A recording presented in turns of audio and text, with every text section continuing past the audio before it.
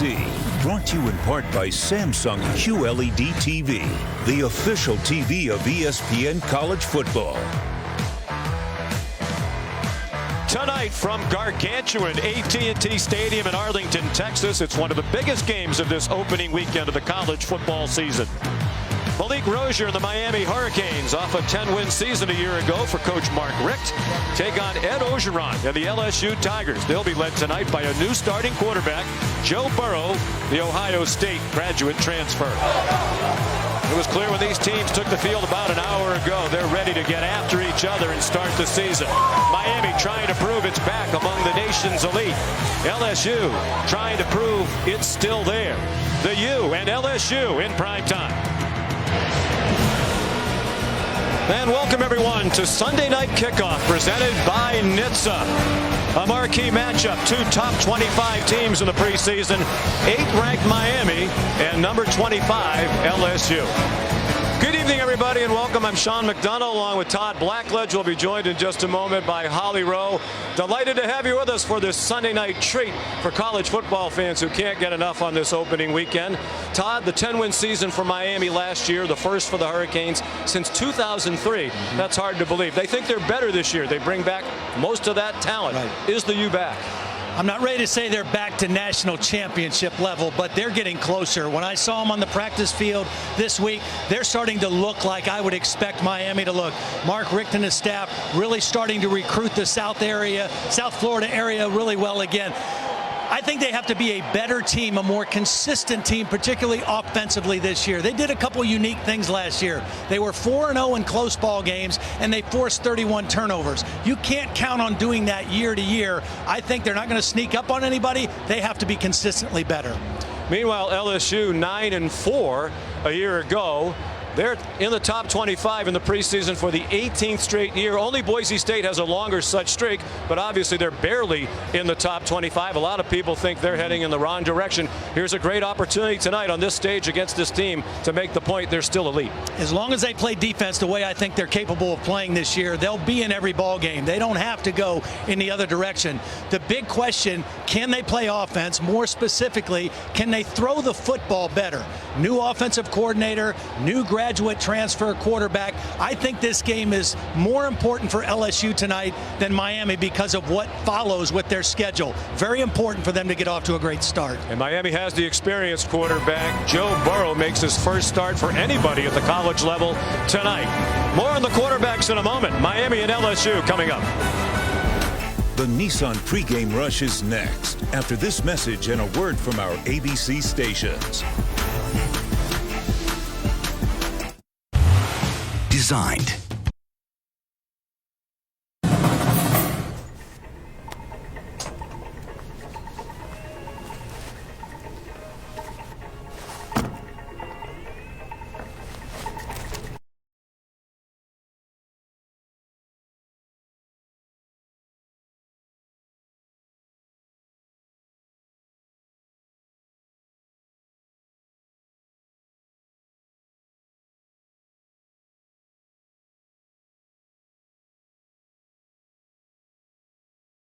Rap music, and he was a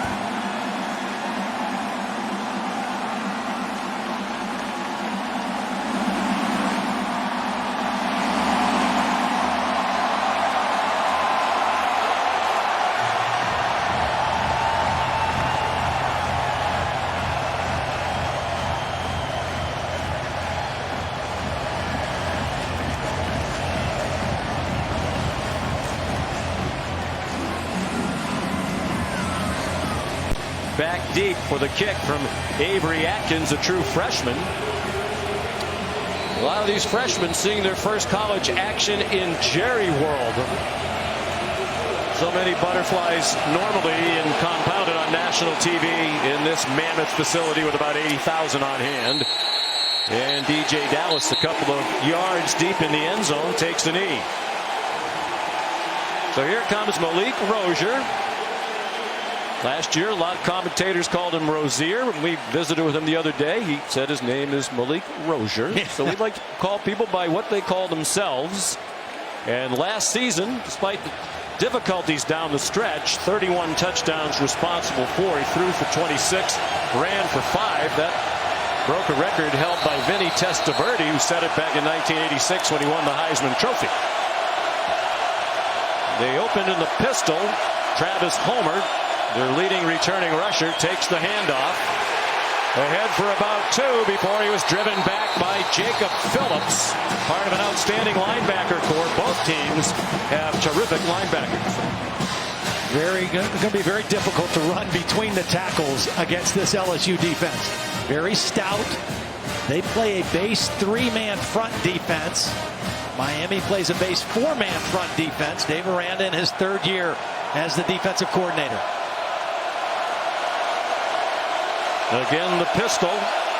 Mark Richt, the head coach, calls the plays with significant input from Thomas Brown, the offensive coordinator. Rosier dumped for a loss. Rashard Lawrence, the leader of that front, the junior from Monroe, Louisiana. Unbelievable play by Lawrence. This is a zone read, and Rosier is going to read the tackle. He fakes like he's going in and still gets to the quarterback to make the play. The defensive tackle was able to guard 2 guys at one time. Miami was dreadful on 3rd down last year, 29%,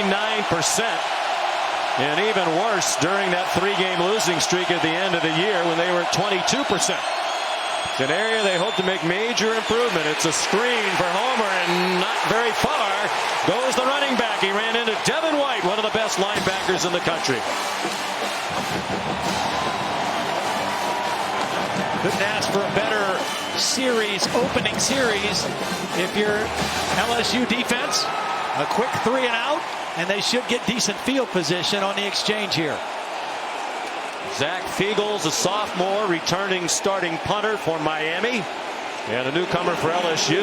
He's been itching to go for a long time. Jonathan Giles, who sat out last year as a transfer from Texas Tech. Oh my gosh, pressure on the punt. Bid it? They still got the short punt, but I don't know how they didn't get the block. Ed Paris was right in the face, right on the leg of Zach Fiegels. Right up the gut, and he tried to block it with one hand and missed the football, but he still forced a poor punt by Fiegels. Just 24 yards. And LSU, which has struggled over the last 3 years with their average starting field position. Last year they averaged their own 32, which was 57th in the country. Their first possession on the Miami side of the field. Joe Burrow played in 10 games, all off the bench at Ohio State over the last 2 seasons, behind J.T. Barrett, his first college start.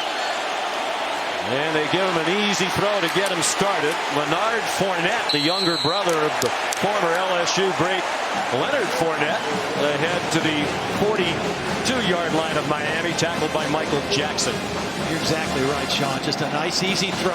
Get the nerves out. Let him get that first completion of the ball game. They're able to pick up decent yardage. Again, excellent field position. I think in a game like this with 2 defenses as good as both teams are, you must capitalize on good field position and come away with points. And they started at the Miami 47. Gain of 5 on the first play from scrimmage for LSU. Burrow hands it off inside to Chris Curry, a true freshman. There's a flag down. Curry appeared to get a first down if the play stands. Shaquille Quarterman on the stop for Miami. It's a Big 12 officiating crew led by Mike DeFee, who's here on an Ed Hockley bicep fellowship. Illegal formation. Didn't have enough guys lined up properly. The one thing I was a little concerned with when Holly and I were at practice earlier this week, in their live stuff, in their scrimmage type stuff, too many little motion penalties, procedure penalties, weren't quite as crisp as you would like to see on the week of the game. Yeah, that's a killer. Wipes out a first down, sends them back to 2nd and 10. Burrow, obviously a mature young man. One of the things that Orgeron and the staff liked about him, his leadership skills. When we asked, will you be nervous? He said, hey, I played against the Ohio State defense in practice every day for the last 3 years, and now the LSU defense. I'm not nervous. Chris Curry, a surprise starter Thought we'd see Nick Brossette or perhaps Clyde Edwards-Helaire to start the game in the backfield, but it's Curry, a true freshman out of Lehigh Acres, Florida. That penalty again really costly. Not only do they take away the first down, now their first third down situation is third down and long. And again, Burrow has to be quick with his decision making and quick with his release of the football. This Miami team, 44 quarterback sacks a year ago to lead the nation. Manny Diaz, the coordinator, he likes to blitz. And Burrow knows it. They give him time. He has a man open. They have a first down. D. Anderson. The ball comes out at the end of the play, and Miami has it. Michael Pinkney popped it out. Now, wait a minute now.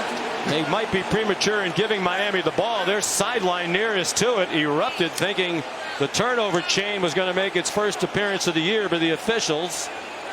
It was a really good read by Joe Burrow, finding the open man. There were three receivers in the area.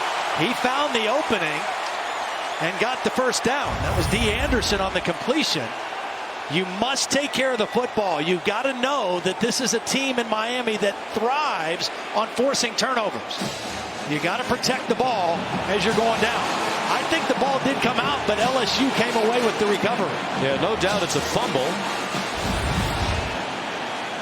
And LSU comes quickly up to the line, almost as if they're trying to avoid a review. Play clock's down to 1. Got to hurry. Yep, he didn't get it off. Ed Orgeron called a timeout from the sideline. Again, this is the first meaningful snaps in a game that Joe Burrow has taken. He's got a lot on his plate, and he's got to manage that play clock as well.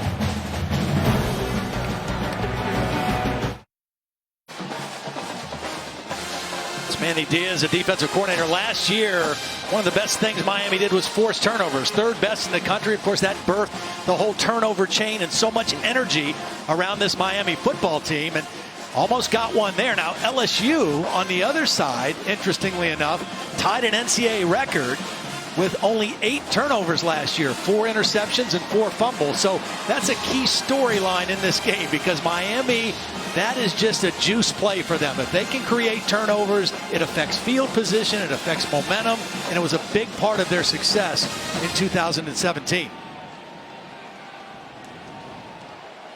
Now we're told with this break that the previous play is being reviewed. Well, I think it's being reviewed for targeting. And the question is, was that the crown of the helmet by Trajan Bandy with forcible contact? The receiver is not a defenseless player. He's a runner with the football. But was that forcible contact leading with the crown of the helmet?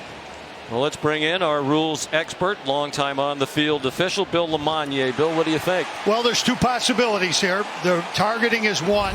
Secondly, there's no question it was a fumble. Replay won't get involved in recovery because we had a mass of humanity, so they can't determine who recovered the ball. So that call on the field should just be left alone. On this one here, he comes in, no question, crown of the helmet's there. The tough decision for replay is forcible contact. Yeah. And Bill, this was a case where it wasn't called on the field, but the replay booth stopped the action to review it for this call, correct? Exactly. They have the power. I think it started a year ago. They have the ability. If it's not called on the field, they have the ability to make the determination if targeting was made or not. And if LSU had not called the timeout, had snapped the ball. You can review a play until the next legal snap. So, yeah, I hate to see it for Trajan Bandy. He's a young guy getting his first start. He was a backup a year ago. Michael Jackson's the proven starter on one side of the corner. And Trajan Bandy, the sophomore out of Columbus High School in Miami, a very physical, tough, hard-nosed kid, hoping he can stay in the football game right here. Here's Mike DeFee. It's a long review. Instant replay was reviewing the previous play. After further review, there was targeting by the defense, number 2. That player has been disqualified. Wow. So Trajan Bandy, sophomore from Miami, started 3 games a year ago. He's out.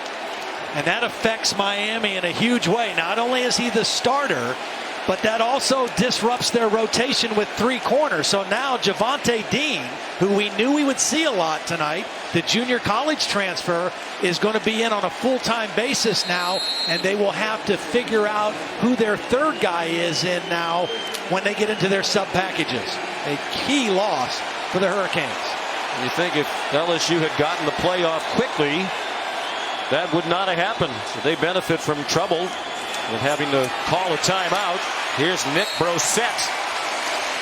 He's down near the 15-yard line. Another flag down. Javonte Dean, who just came in for the ejected Trajan Bandy, made the tackle. In the area of holding on the offense. Holding. Offense, number 2.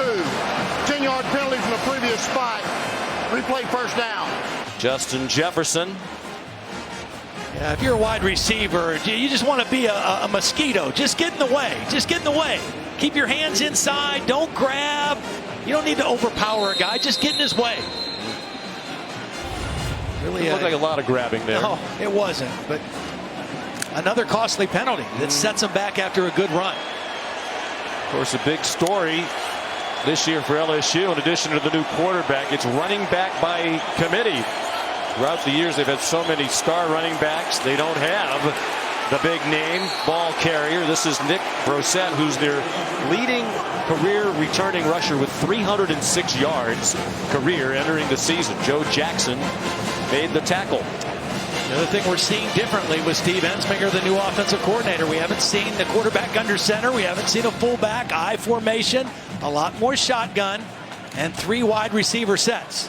They still have a tight end in and 1 back. Steve Ensminger, the sort of new offensive coordinator. You had the job before, has it back now. Good tackle on the catch made in the flat by Terrace Marshall. Derek Smith plays the striker position for Miami. Really a nickel. There's Steve Ensminger. When Ed Orgeron in 2016 was elevated to head coach, Ensminger became the offensive coordinator. The numbers went way up. They went 6-2, but at the end of the year, Orgeron searched around the country to find the best candidate he could find to be the offensive coordinator. He brought in Matt Canada, a marriage that really did not go very well for anybody involved. He's now the interim head coach at Maryland with that big win yesterday. Burrow on the run, up for grabs and broken up by the new man into the game, Javonte Dean, who had coverage on Justin Jefferson. Nice play by Javonte Dean. This is really a good throw by Joe Burrow. It's kind of a back shoulder throw on the fade to the outside. And I thought they were going to get a completion, but Javonte Dean stayed right with the play and knocked it away. So he did well coming in for the ejected Bandy. When we talk about first game jitters, how about this young man? Cole Tracy, the new field goal kicker for LSU, kicked the last 3 seasons at Division II Assumption College in Worcester, Massachusetts, in a home stadium of 1,200 people. Cool as a cucumber. Drives it right down the middle from 43 yards. And a sigh of relief for LSU fans who watched kickers struggle last year. Sunday Night Kickoff on ABC is presented by NHTSA. Plan ahead before you party. Drive sober or get pulled over. And in part by Nissan. Innovation that excites. LSU's played in this stadium 3 times. They've won all 3 in the home of the Dallas Cowboys. Gigantic AT&T Stadium. Both teams came in here yesterday to walk around. If there's ever a place you want to go see before you play it, it's this place, because there's a lot to it. There's a lot to this booth that we're in. We love this booth. Oh my goodness. Perfect height. Great vantage point. Avery Atkins kicks off again. His opening kickoff of the game was a touchback, and this one is as well. Here's Holly Rowe. Well, Miami is sporting a new look uniform, and it is a very special one. These uniforms are actually made out of recycled plastic and fishing nets, things that have been cleaned out of the ocean. This is an initiative with Adidas and their Parlay brand, where they are trying to get all of this plastic out of the ocean. We're hearing so much about it lately. And the guys have a lot of things on that are so fun, little undulating waves in their uniforms, but I'm just testing out the shoes. These are shoes made out of recycled fishing nets. Guys, I'm giving them a big thumbs up. Very, very comfortable for the parlay fishing shoes. The coaches and players we talked to yesterday were raving about the uniforms. Wow, what a catch. One-handed snatch by Jeff Thomas. Malik Rosier on target. And a first down for Miami. Really good protection because this is a long developing play. It's a crossing route.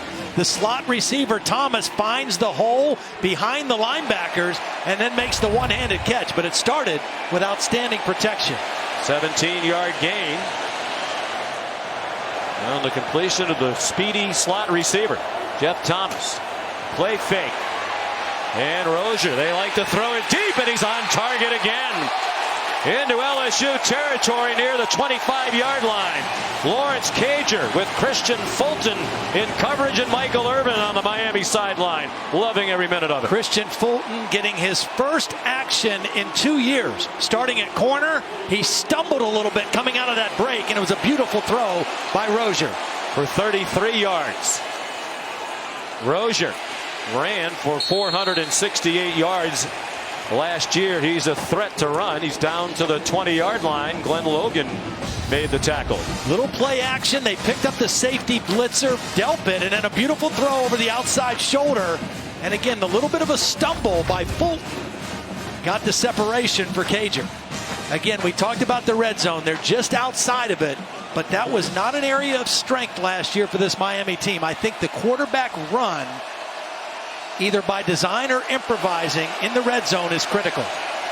A very slow starting team throughout last year as well, were the Hurricanes. Here's pressure right up the middle from Devin White.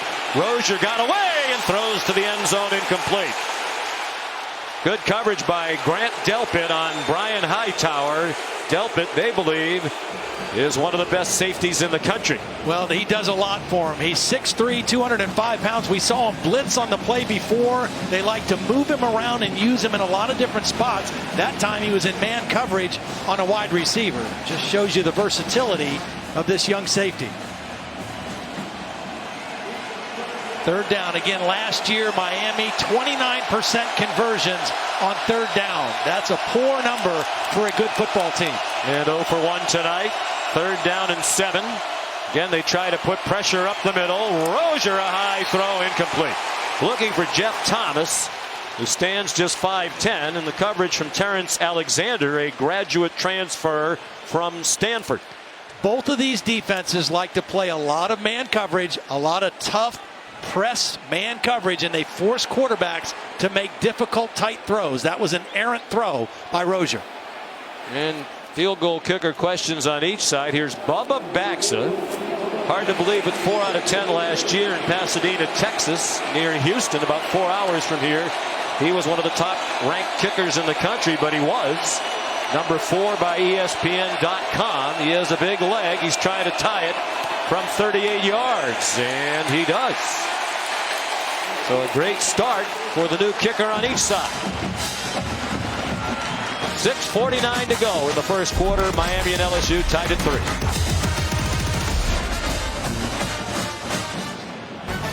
Been a great opening weekend. Sunday night tonight, and yet there's more. Monday night in prime time, Virginia Tech and Florida State, both in the top 20. It's a conference battle right out of the chute, and a college football mega cast.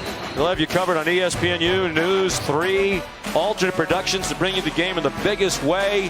What a group assembled in the coach's film room. And my favorite, Marty Smith and Ryan McGee will be broadcasting from the Goodyear Blimp, 1,000 feet above Bill Campbell Stadium. Here's Clyde Edwards-Helaire bringing back the kickoff for LSU. And he's blasted along the far sideline. Sheldrick Redwine had him along the boundary by the waist. So Todd, new quarterback, and not the stud running back to lean on as they have in the past. Last year was Darius Geis, ran for over 3,000 yards in his career. Before him, Leonard Fournette, who was the 4th pick taken in the draft by the Jacksonville Jaguars. And there's Jeremy Hill, 2nd round pick. And that was always kind of a security blanket. If you're a play caller, you know if times are tough, you can turn and hand it to a stud back there. He's going to get you 3 or 4. It's going to force LSU and Steve Ensminger to be a little bit more creative. They're going to utilize different backs, and I think the passing game will flourish and develop better because of it. I really think in the long run, it'll be better for LSU's offense. LSU. Well, they're having trouble getting the plays off, but the last time they had to use timeout, somebody from Miami got ejected. That's probably not going to happen this time.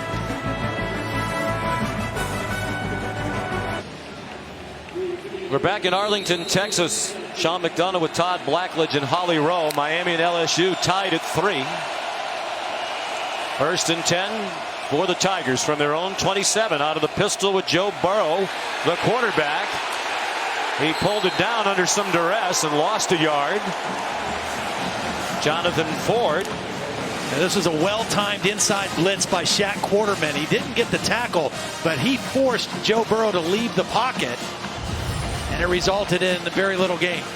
Watch Quarterman time it. He beats the back and at least forces Burrow to leave the pocket, and Willis was waiting for him. Loss of a yard.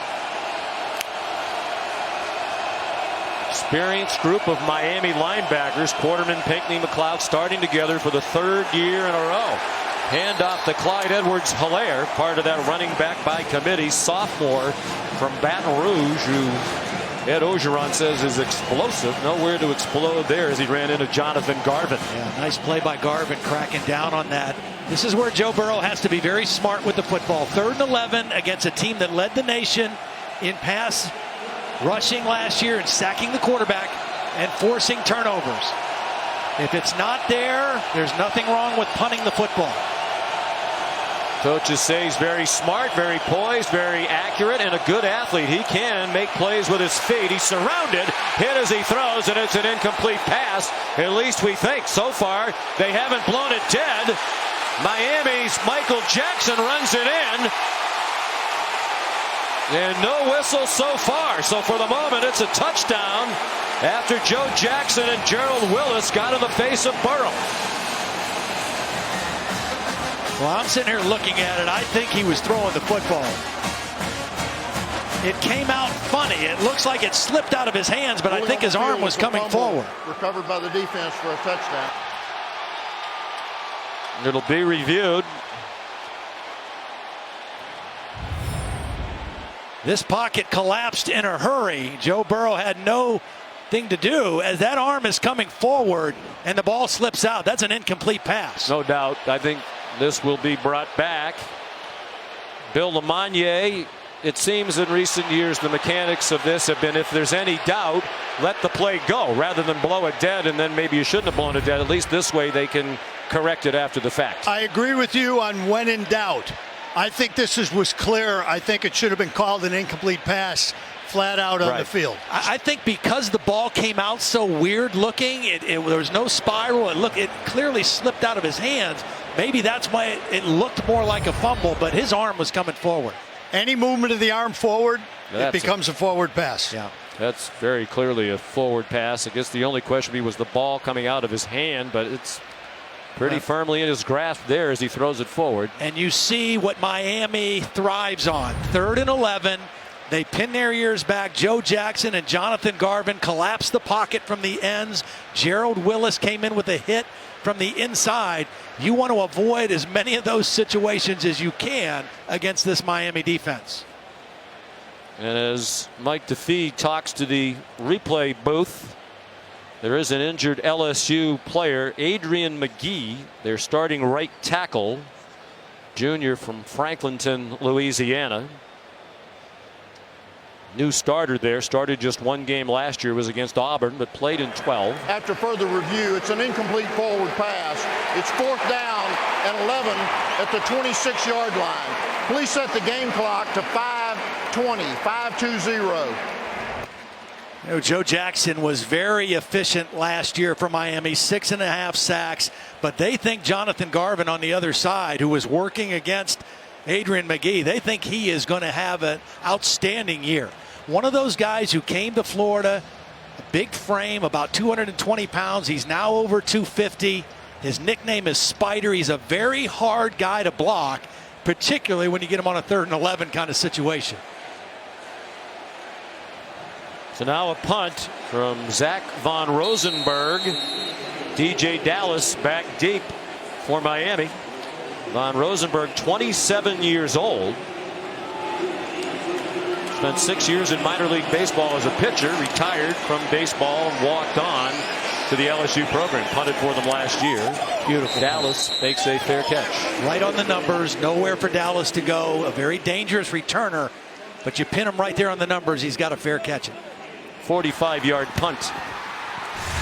This season, for every field goal and extra point made by participating universities, All-State will make a contribution to the university's general scholarship fund. So thanks again to All-State. Miami, neither team really able to run the football. Got to try to find some ways to create some space in your running game so it's not all on the quarterback. Malik Rosier. Pretty good series the last time they had the football. A couple big quick completions on the first 2 plays. Miami is 1 yard rushing. LSU has 2. Pressure off the corner. Rosier just did dump it off. DeeJay Dallas bounces off a hit and runs out of bounds with a first down at the 43-yard line of Miami. Good composure by Rosier. It was a safety blitz by Grant Delpit, and watch Rosier know it's coming and just wait to the last minute to slip this screen out to DeeJay Dallas. He didn't panic, and he showed composure, and they got a big play out of it. 13-yard play, and the officials have stopped the play for an injured LSU player. John Battle, starting safety, senior from South Florida. He knows a lot of these Miami players. One of his best pals is Jaquan Johnson, the All-American safety for Miami. One thing I would expect to see Miami try to do, maybe right on this play, or at least in this series, is get the football in the hands of Amon Richards. He was their key guy, got hurt last year, was not healthy. He's the most dynamic guy they have on their offense. They need to get his hands on the football here soon. Number 82.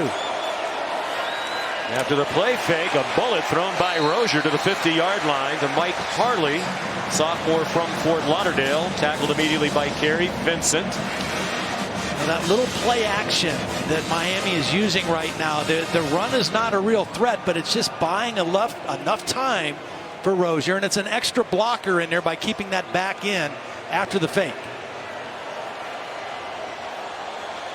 Rosier was the starter a year ago, but they reopened the competition in the spring and summer camp. He won the job back again over some younger quarterbacks. DeeJay Dallas up the middle. Kaylavon Chason made the tackle for LSU, but it's a first down for the Canes at the 44 of LSU. Really nice block by the right guard, Hayden Mahoney, on that play. Probably the best running play we've seen so far from the Hurricanes.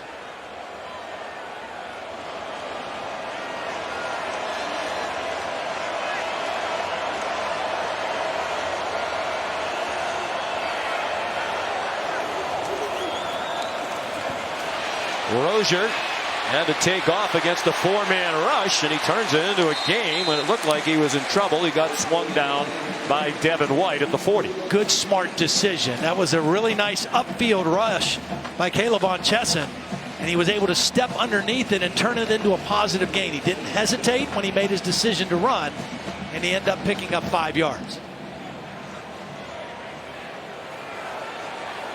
Malik Rosier came to Miami as a dual sport athlete, wanted to play baseball and football, played 1 year of baseball, was the reserve outfielder.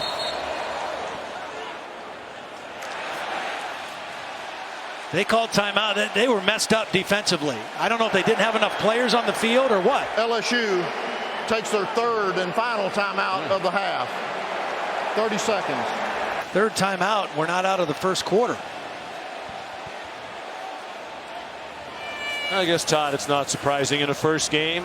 There are going to be those sorts of things, clock management issues, personnel management issues. Yeah. And it's okay in the first half. You don't want to do the same thing in the second half when you might need them down the stretch in the football game. But here in the first half, it's not critical. But still, again, when I was at practice this week, there were a few little mistakes, procedure type things. They weren't quite as crisp as you'd like to see in the week of the game. A lot on the plate of these LSU players and coaches as the season begins.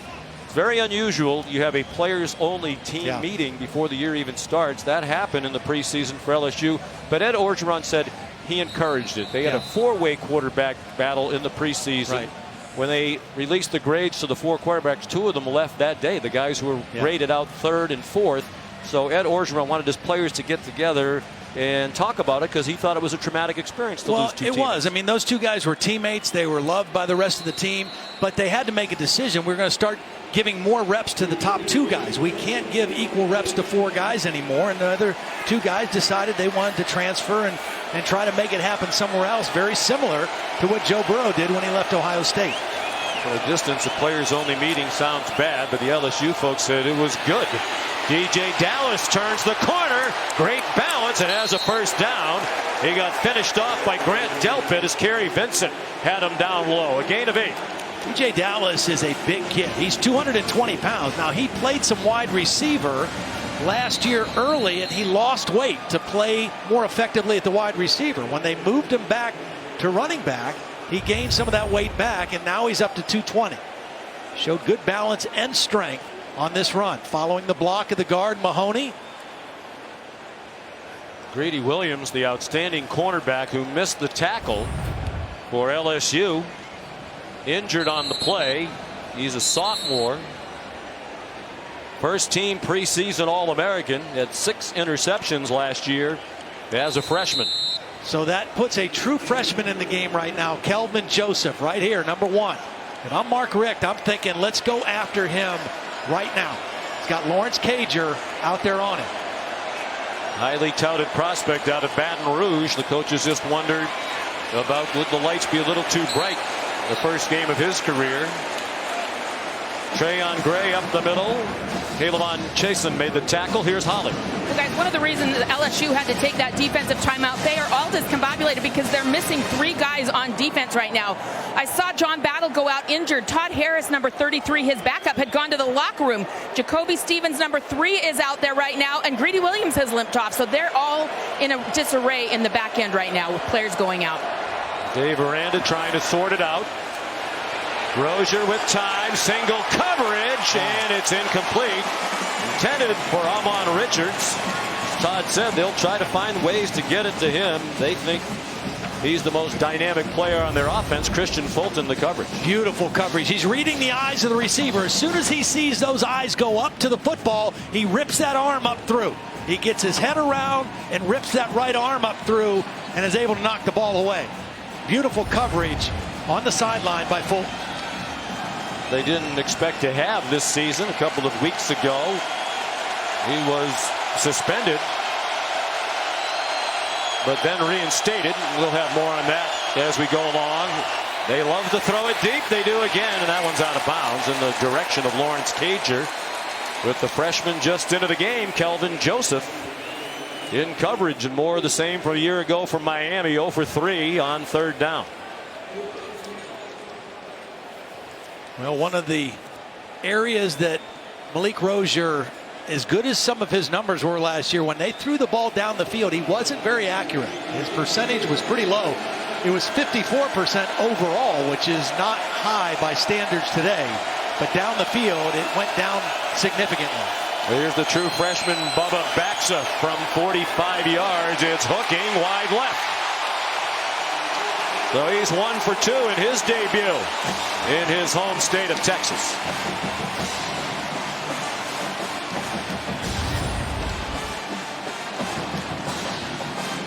Snap and hold looked good, just hooked it.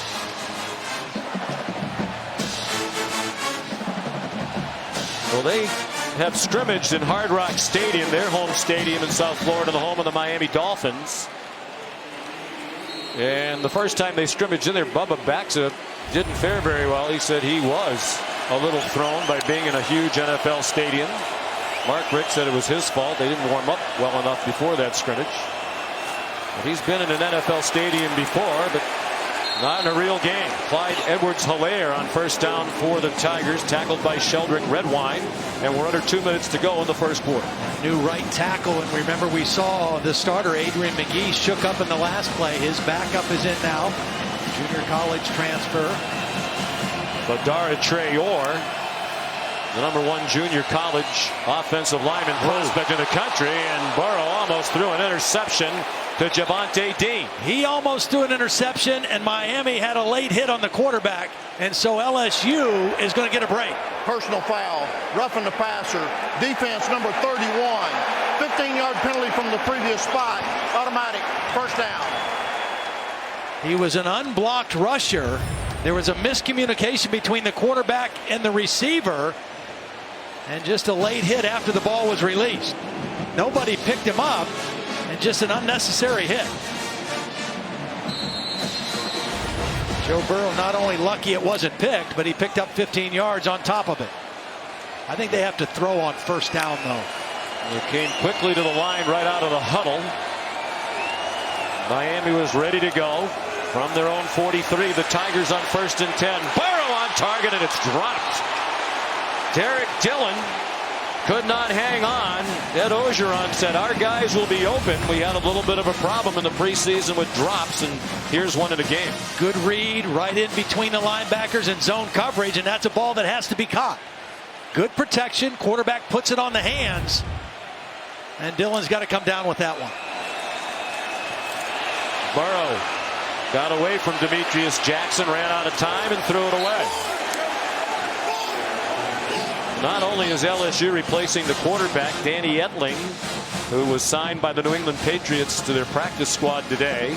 We mentioned Geis, the 2nd-round pick, the running back for the Redskins, unfortunately suffered a big knee injury. But they also lost their 2 best wide receivers in DJ Chark and Russell Gage, who are both in the NFL right now. So not a lot of experienced playmakers around Burrow. One of the guys they're counting on is Jonathan Giles, who transferred from Texas Tech. He's in the slot, number 7. Very productive as a sophomore at Texas Tech. They need him to step up. And he caught 69 balls for the Red Raiders 2 years ago.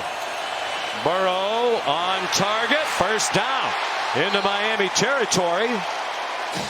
Justin Jefferson, a 12-yard gain. For whatever reason, LSU or Miami only rushed 3 guys, and Joe Burrow was able to stay in there. I think they've been able to collapse the pocket with pressure. Here comes a Miami blitz. Burrow got it off and behind Jonathan Giles. We've seen a couple protection breakdowns with LSU. There's been some free rushers, and that's just a matter of miscommunication, because it's not overload blitz situations by Miami. They're just creating some confusion with their alignments, and Joe Burrow so far has done a pretty good job of avoiding it and at least getting rid of the football. They're playing without Ed Ingram, who was their starting right guard last year, dealing with a legal matter and suspended. One of 3 players suspended because of pending legal issues. On the LSU side, we talked about the difficult off-season. Offense, number 44. It's a 5-yard penalty. Still 2nd down. Drake Davis, wide receiver. Ed Ingram, offensive lineman. Tyler Taylor, who started 5 games at linebacker. All suspended as they deal with legal matters. And because they are legal matters, Ed Orgeron doesn't comment on them. Well, and you mentioned the quarterback decision to transfer, and those situations, that all precipitated that players-only meeting as well. Back to the pistol for Burrow, the son of a coach. His dad, Jimmy, longtime defensive coordinator, Ohio U. He's here tonight. The handoff to Nick Brossette. All kinds of running room. Off to the races and into the end zone. A touchdown for LSU from 50 yards.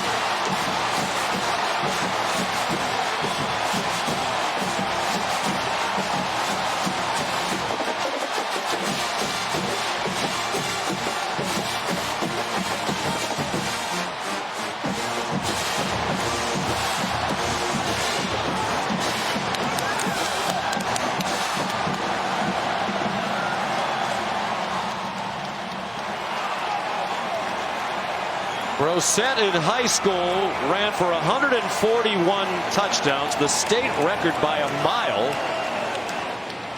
118 had been the record by Kenny Hilliard, went on to play at LSU. But now Brossette, a senior, just scored his first touchdown as a college player as a senior out of University High School in Baton Rouge. Perfect call by Steve Ensminger against that Miami defense. Extra point up and good from the former Assumption Greyhound, Cole Tracy. Watch the defense. Jaquan Johnson is going to blitz from here. Watch the guard pick up the linebacker. Watch the other guard pick up the safety, and this linebacker fell too far outside. The perfect call against this defense, and downfield blocks by the two guards spring the running back for an easy touchdown for LSU.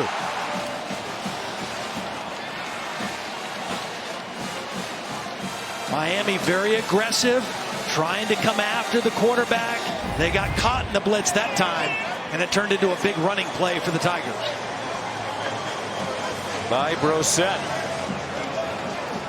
With that run, had more than half as many yards as he had all last season, backing up Darius Geis. He rushed for 96 yards all of last year.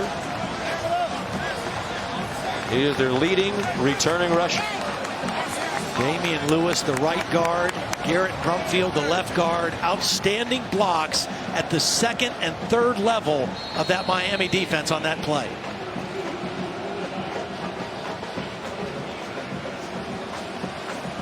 There's Avery Atkins, true freshman out of Auburn, Alabama.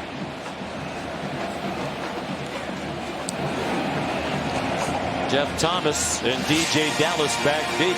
Thomas takes a knee. Another good kickoff by the true freshman. Well, it's tennis's final major of the year. It's the 50th U.S. Open. It continues tomorrow.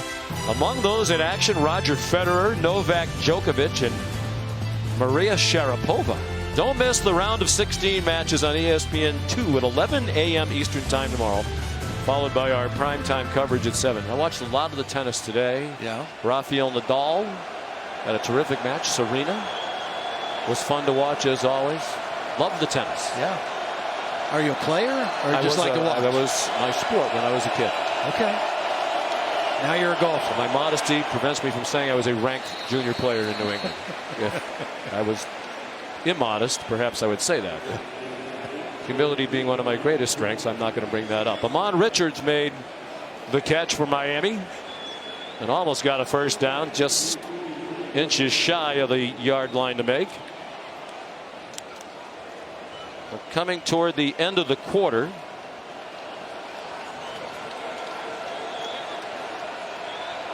Miami doesn't have to snap it again, and they do. Just as the quarter was ending, good decision on the read by Rosier. He has the first down and more. But there is another flag back at the 36-yard line.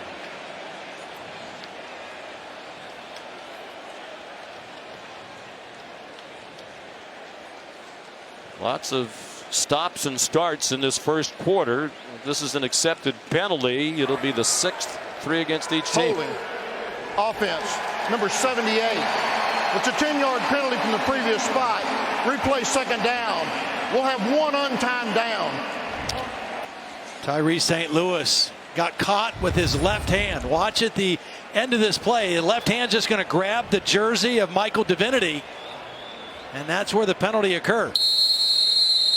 That's costly. You run that play with 1 second, you might as well let the timeout get to the sideline. Instead, they back themselves up. Talented young offensive line behind some of these veteran starters. They'll transition to some of the most highly recruited linemen in the country when guys like St. Louis are done. Rosier into double coverage, looking for Cager. Greedy Williams back in the game. That's the end of the first quarter. After being dinged up not long ago, still twisting that right arm around as if there's something wrong. End of the first quarter. LSU leading Miami 10-3. Sunday night kickoff presented by NHTSA. We'll continue after this message and a word from our ABC stations.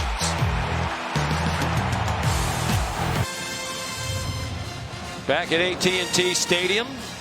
LSU leading Miami 10-3 as we head to the second quarter. That last play, now I know there's a free safety right there, but on this post route, Malik Rosier, he needs to throw that ball here to let his receiver run to it. He has a tendency to throw that back over the other shoulder. It's very difficult for a receiver to adjust to that.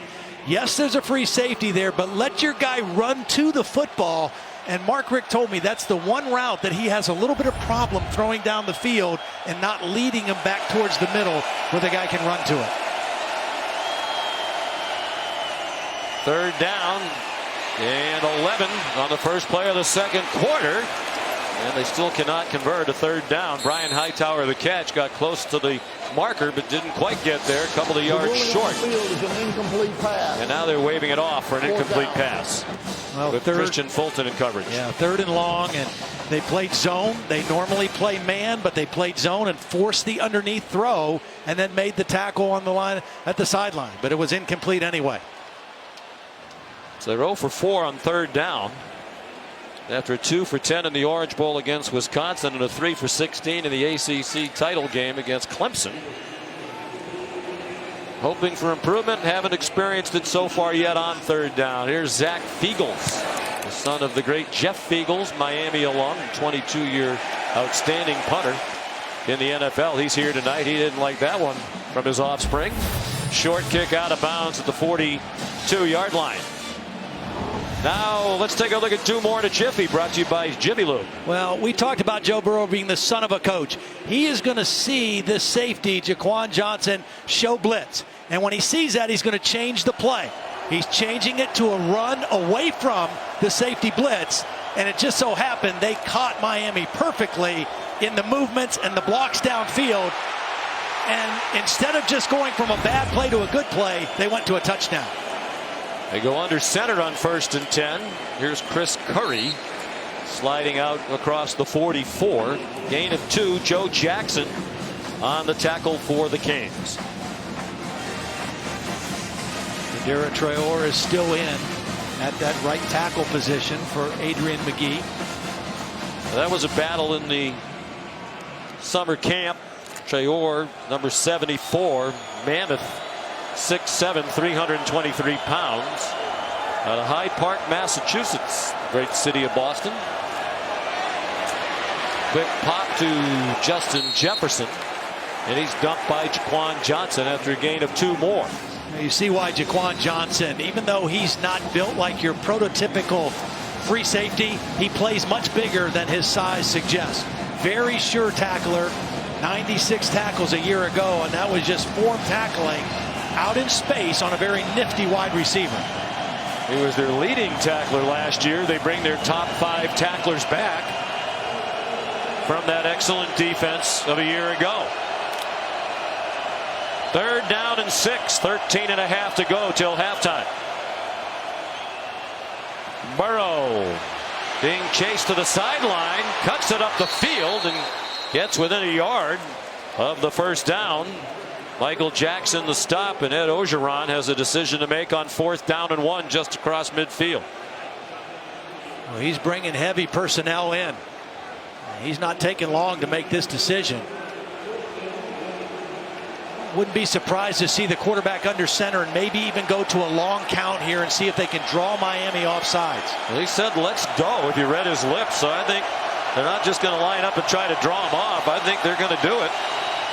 Torrey Carter is in at fullback in front of Nick Brossette. They are running out of time. They snap it with 1. Brossette dodged some traffic behind the line of scrimmage and just did get the first down. Well, nice job again by Joe Burrow, working the time clock, changing the play, getting it to Brossette. He follows the fullback, and he runs out of the tackle of Gerald Willis. Now's a perfect time, Sean, I think, after getting that on 4th down, go max protection with a play action and try to see if you can pop one deep down the field. Brossette, the lone back.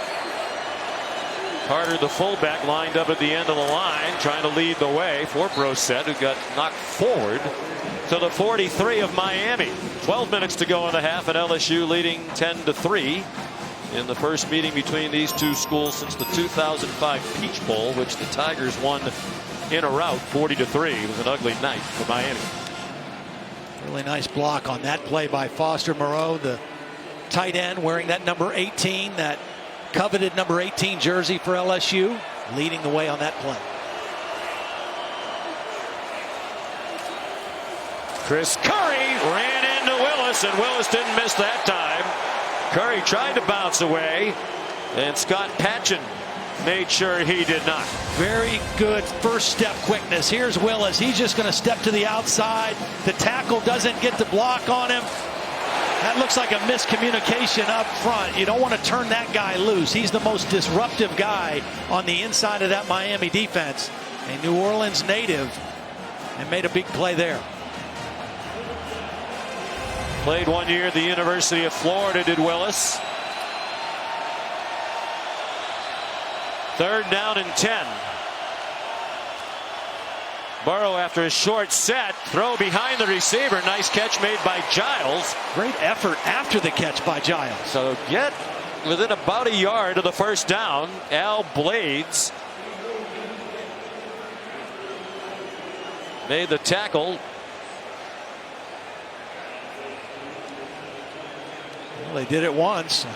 Why not do it again? 4th and short. Last time Joe Burrow tried to survey the defense and see where the opening of the soft spot appeared it would be. Brossette, the running back. There's the free one there. Burrow at the hard count, got some movement. Then they snapped it, lost the ball, but there were already flags down. Now that's one where Joe has to have his hands ready all the time, because you tell the center, as soon as you feel somebody get into the neutral zone, you go ahead and snap the football. And in the event that they don't make that call, the quarterback has to secure the snap. Offside. Defense, number 94. 5-yard penalty. Yardage results in the first down. Tito Odenigbo, graduate transfer from the University of Illinois. He gives them some much needed depth up front. With so many plays and offenses with the quarterback in the shotgun, the snap count is so underutilized anymore. But when you get under center and you can vary your snap count and use your voice inflection, it's a great way to steal yardage. We are now in field goal range. Burrow under pressure, threw it away, with Demetrius Jackson coming on quickly. Ed Orgeron was thrilled to wind up with Burrow. Burrow went through spring practice at Ohio State. He was a very highly recruited player out of Athens, Ohio. He's Mr. Football in Ohio, but waited for 3 years. Then in the spring competed with Dwayne Haskins. We saw yesterday with Dwayne Haskins. Hard to argue who won that battle. And he said, Joe told us, the coaches told me he would still be up for grabs in the fall, but I could see the writing on the wall. He decided after talking to his dad, it was time to transfer out and get a chance to play. Here's Brossette. Manny Diaz, the defensive coordinator, said LSU will check your oil up the middle every now and then, and they've done it effectively. This is just power. Block down, watch the right guard, Brumfield, come up and lead the way through. Just straight north-south running. Burrow has them up quickly, has a man caught at the pylon. Jamar Chase.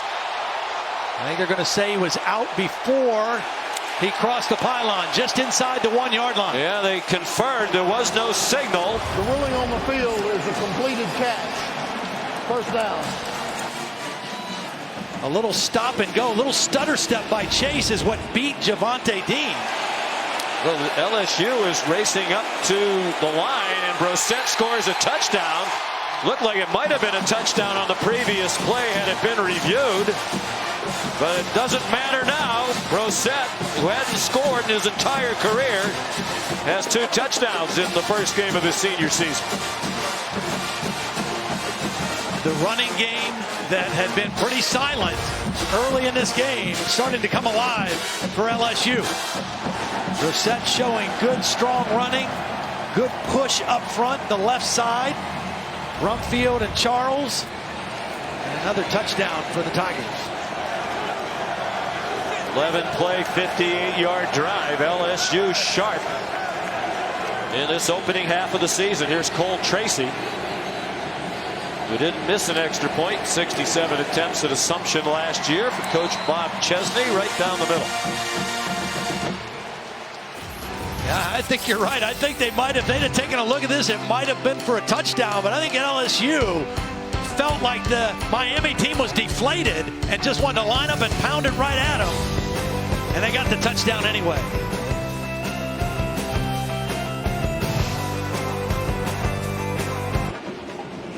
Aerial coverage high above AT&T Stadium, provided by Goodyear. When you put in the hours, the reps, and the heart, nothing can keep you from being blimp-worthy. Goodyear, more driven. Roof closed at Jerry World tonight. Temperature in the 90s outside. Another touchback off the foot of Avery Atkins. Well, the touchdown a moment ago set up by a 22-yard catch by Jamar Chase, and maybe some question about whether he had possession of the ball. That might be, Todd, the reason why LSU ran up to the line to snap it fast, because they were afraid that might be overturned. Yeah, could have been. I thought it was just maybe they thought Miami was a little deflated after the long catch. I thought it could have been called a touchdown as soon as he hit that pylon with control.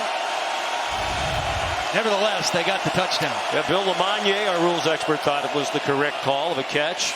Great view from the progressive pylon cam. First time we've said that this year. We're still not quite in midseason form yet either. DeeJay Dallas, the ball carrier, and Devin White made the tackle. So far, so good for the new LSU quarterback. Can the veteran, returning starter Malik Rosier, get Miami going? So many similarities to last year, Todd. Slow starting offense, dreadful on third down. Offense, number 55, moving prior to the snap, 5-yard penalty, second down. And now 5 Miami penalties. This one against Navon Donaldson, who's moved from guard to tackle this year.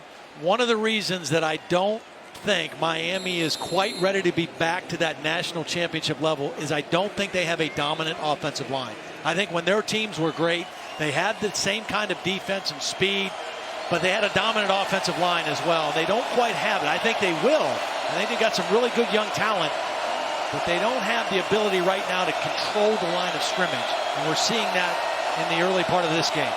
They have 3 true freshman offensive linemen who are backups who they think are going to be stars. Rosier runs across the 30.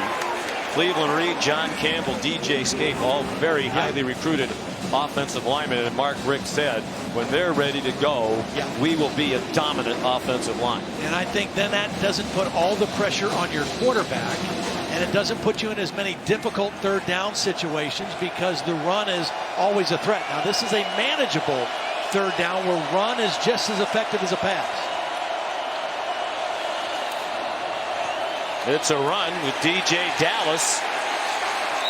And they're 0 for 5 on third down. Rashard Lawrence stopped him a yard short of the line to make. This is an elite level LSU defense. I really think this is the best defense that Miami will play all season unless they make it back to the ACC championship game and play Clemson again. They have a similar defense, but this LSU defense is outstanding. They've got star players at all 3 levels of the defense. Here's Zach Fiegels to kick it to Jonathan Giles. Another short, wobbly punt, end over end and out of bounds along the near sideline. Last one looked similar, went 34 yards. They're going to spot this one at the 44-yard line. A punt of 22.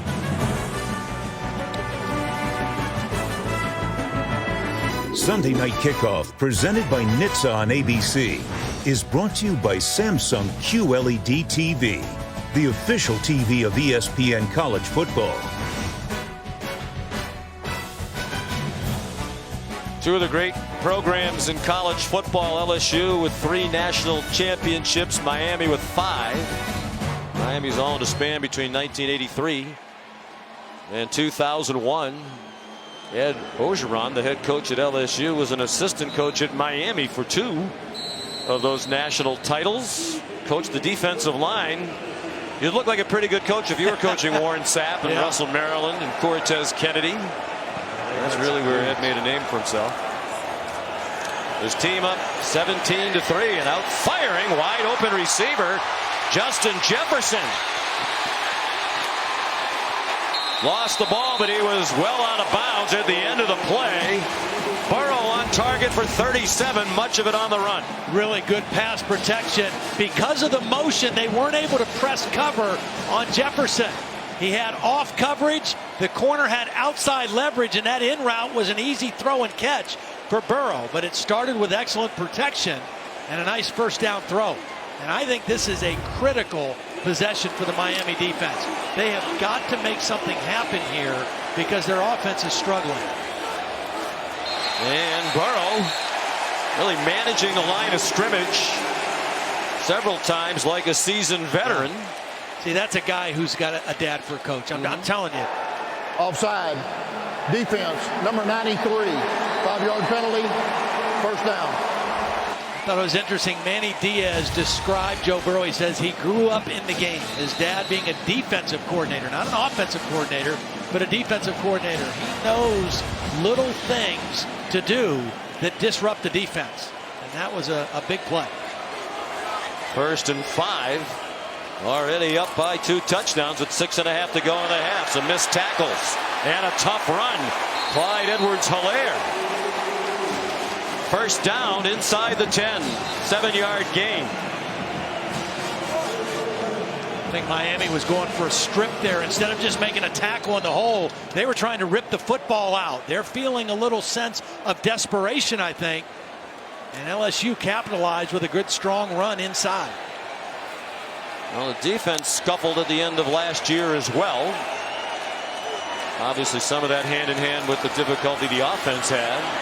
Here's Edwards-Helaire inside the 5. Tackling certainly hasn't been very good on the Miami side. Shaquille Quarterman managed to get Edwards-Helaire to the turf. I think the difference in this ball game in the first half right now is the offensive line of LSU is having their way much better than the Miami offensive line. The new starter at center, Lloyd Cushenberry. Edwards-Helaire stopped by Jaquan Johnson. 3rd down and goal for LSU as we go under 5.5 minutes to go in the first half. LSU now up to 83 yards rushing here in the first half. Not huge numbers, but enough to have excellent balance. They have better balance in their offense right now than Miami does. It wasn't necessarily a popular decision in Louisiana when Ed Orgeron put Steve Ensminger back as offensive coordinator, but the results speak for themselves. Burrow hit as he throws, and it is incomplete. Diving catch made by Jefferson, but apparently out of bounds. Well, just a nice job getting rid of the football by Joe Burrow. 4th down. Shaq Quarterman was pressuring and forcing the throw and avoiding the sack was an important play right there by Joe Burrow. Make this a more reasonable field goal opportunity.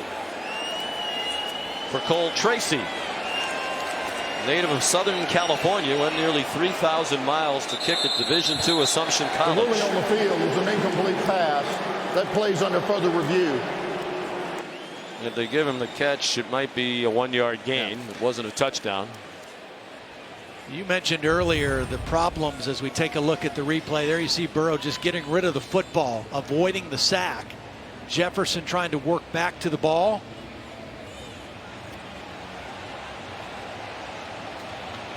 Well, we have progressive pylon cam. We also have official hat cam. I'd say he had a pretty good look at it. And it looks to me like when the catch was made, both feet were off the ground. Does HatCam have a sponsor? The pylon, progressive. Maybe, this is a great advertising opportunity for some company. Sure. I think HatCam could be the wave of the future. Should we bring in Bill LeMonnier? Bill, what say you, my friend? I have the same thing you had. At the time, it may have initially hit his hand when his foot was down, but it was in a bobble mode. He's off the ground, in the air. He comes down with the ball out of bounds. This is an incomplete pass. And let me ask you this. Are you surprised they're even reviewing this? Yes, that was it's got to be a 1-yard gain if they give him the catch. That would be my point is, even close to the goal line, I don't see this being an important one to stop. A little more time for the new kicker, Tracy, to think about it. Kicked for 3 years in a field at Assumption College called Multi-Sport Stadium, and if you see it, it was a multi-sport stadium. Men's and women's soccer, lacrosse, the field hockey team, they all played out there with 1,200 seats. He's in Jerry World tonight, and he hasn't missed. That's good from 21. Great start to the year for the LSU Tigers.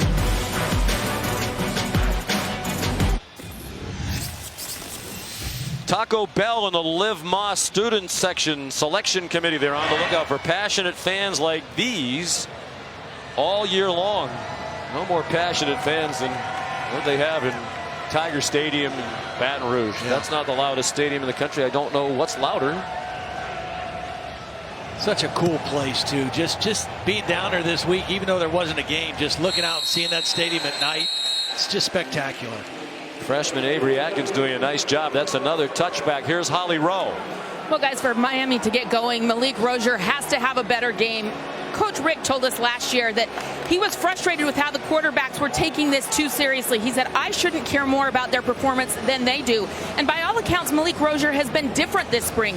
He's told us he's completely revamped his preparation. He's totally revamped his leadership. Watched a ton of game film to get ready for this moment, but he's got to come alive against this very good LSU defense and do it quickly if his preparation is truly different. I think, Holly, he needs some help from the offensive line. I think it starts up there. They're having a difficult time with this front seven of LSU. A very talented LSU defense.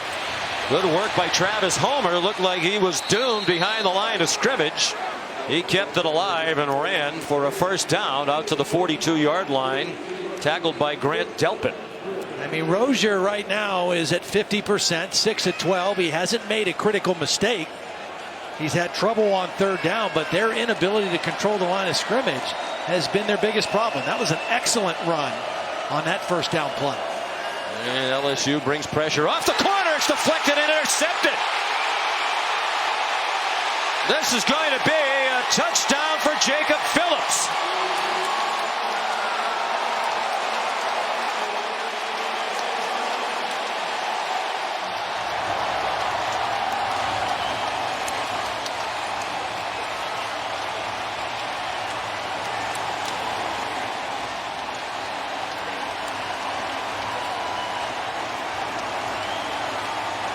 I think it was Ed Alexander lined up over the nose, number 99, who got a hand on the football and deflected that.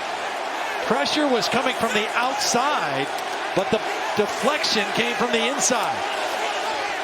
That must be the turnover towel that they put on Jacob Phillips. But Ed Alexander, the backup nose guard, with the play of the game. Tracy bangs through the extra point. It is all Tigers.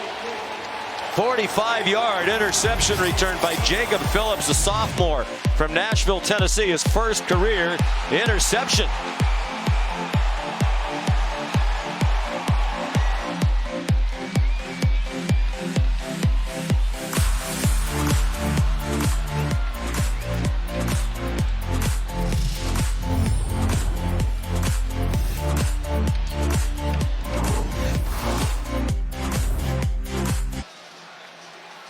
Friends, you can stream college football all season long on ESPN Plus. So start your free trial today by downloading the ESPN app or visiting ESPNplus.com. The ESPN app came around. It was one of the greatest things ever for sports fans. I think everybody watching this tonight, or a lot of them have it. You want ESPN Plus too. Well, here's what Malik Rosier saw. Corner blitz. That said he was going to throw hot. But this linebacker, Jacob Phillips, is just baiting him. He's not going man-to-man, and he's not blitzing. He's dropping right under the hot route. Rosier doesn't see him. He had an open receiver out wide, but that was baiting the quarterback with the corner blitz to throw hot right into the teeth of your defense. Critically important possession here for Miami, just trying to stay in the game with 4:20 to go till halftime. Down by 24. They throw it to the perimeter to Darrell Langham, and he gets 8 on first down. Nice block by Lawrence Cager. He's a big wide receiver blocking on the perimeter. 6'5", 220 pounds, and that's why that little bubble screen worked, because of the nice block by Cager. 2nd and 2.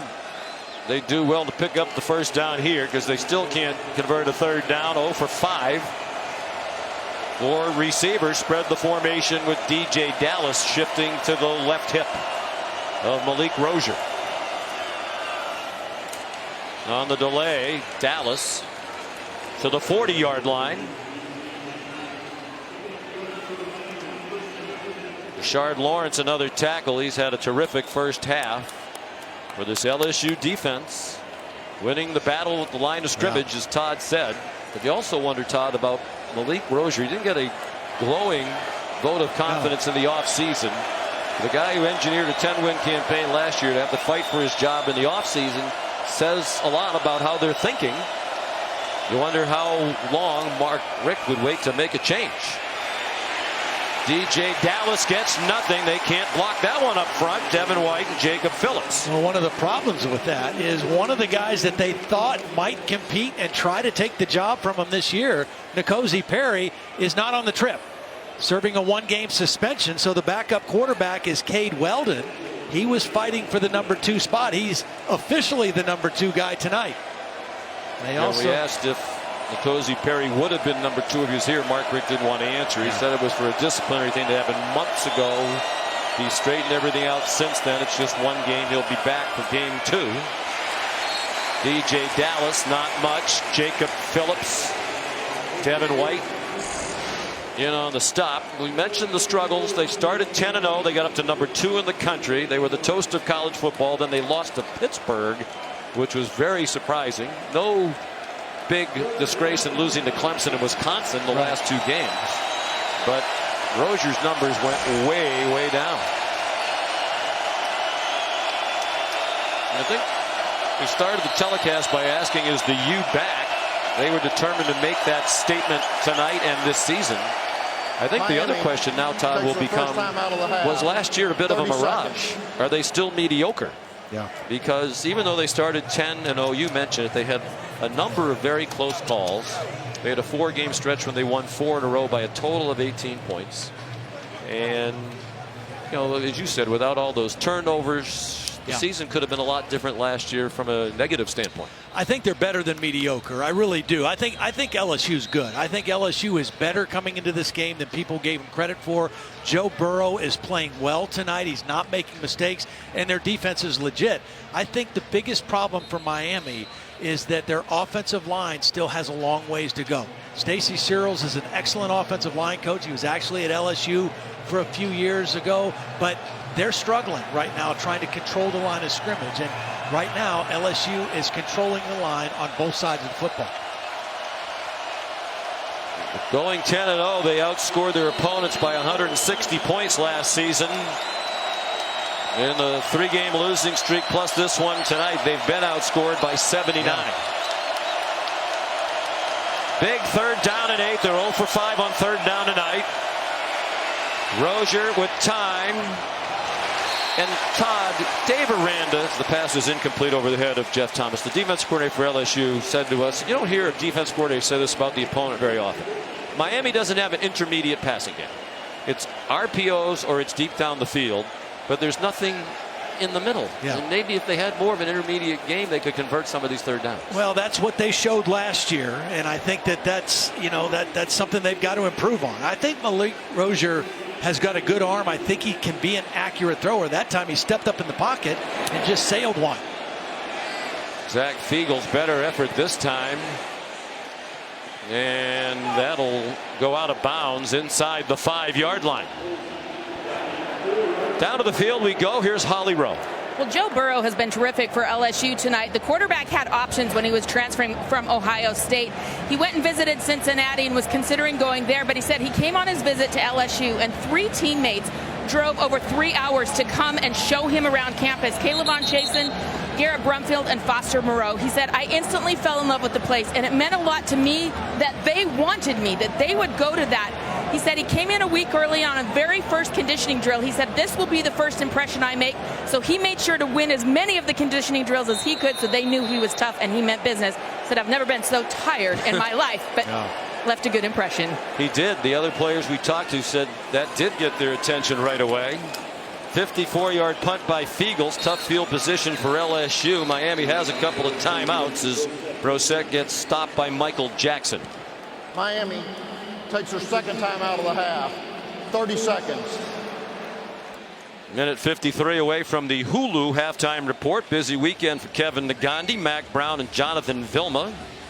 They'll talk about Tua impressing in his first start for Alabama. First start of the season. A success in the win against Louisville last night in Orlando. Are the Irish poised for a playoff push after the win against Michigan last night?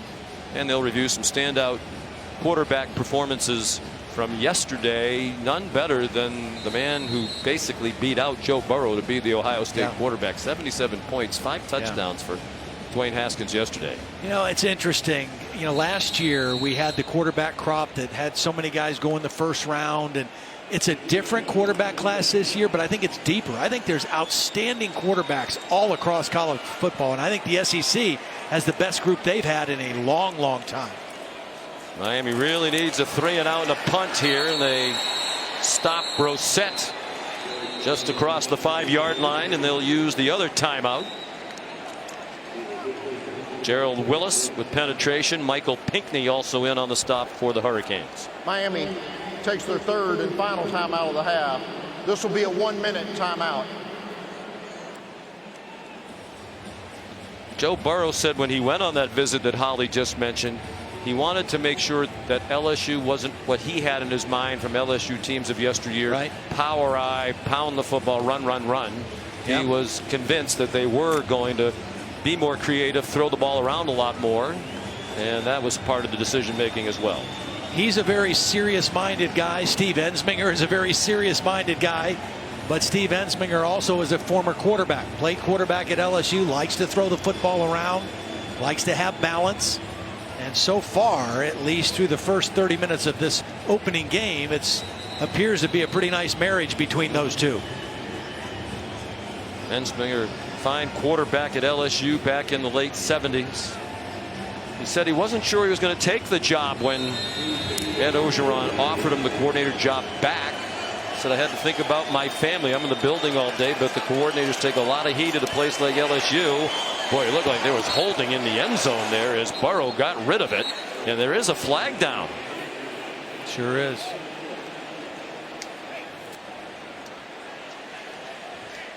If it's in the end zone, it's a safety. Mark Richt, I think, is saying, hey, that was in the end zone.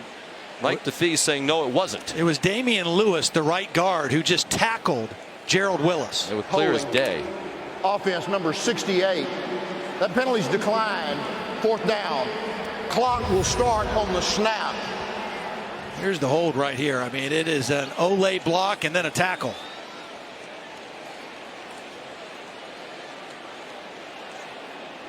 I guess he started holding him before he got into the end zone. He started holding him as soon as the ball was snapped. Yes. So here's Zach von Rosenberg. The left-footed punter under duress. And a flag comes down. Apparently he got hit as he got the punt off. What a costly mistake. I mean, I know that Miami's down to no timeouts, but you're going to get excellent field position. Give Malik Rosier a chance with 1:30 to try to get some points here before halftime. And now they may not. Harley was the man putting the pressure on von Rosenberg.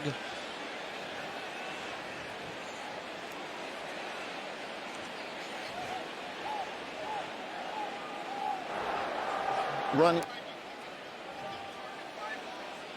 Question is it 5 or 15? Maybe they're even talking about picking the flag up, says our Bill Lamagnier. Running into the kicker on the defensive team. It's a 5-yard penalty. We'll replay 4th down. The punt wasn't very good, so Ed Orgeron would like another shot at that. Wow. Now the Miami fans hate the flag after they see the same replay you just saw. Yeah, now after seeing it, I think Hartley took the right angle to the football. He didn't get a piece of it, but I think he took a clean angle.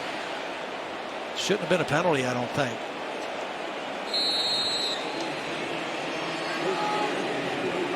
So Von Rosenberg will try again. High, wobbly, short, and DeeJay Dallas came running up to catch it. Probably fortunate he didn't get near it. And another flag down. Did they hit him again? Well, Lawrence Cager got flipped up in the air. Did he leap? Personal foul. Number 15 of the receiving team leaping the shield. That's a 15-yard penalty from the previous spot. Automatic first down. I said Cager. It was Greg Rousseau, number 15.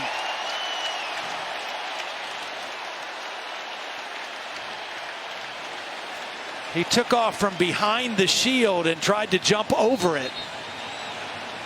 And that is one of the rules that Rogers Redding, Bill Lamagnier, Dave Katai, all of our officiating experts talked about is something that was going to be paid very close attention to this year. And that penalty is called for the safety of number 15 in Miami. I mean, that's why they have, gone back and changed some of those rules. It's not to penalize him as much as it is to protect him.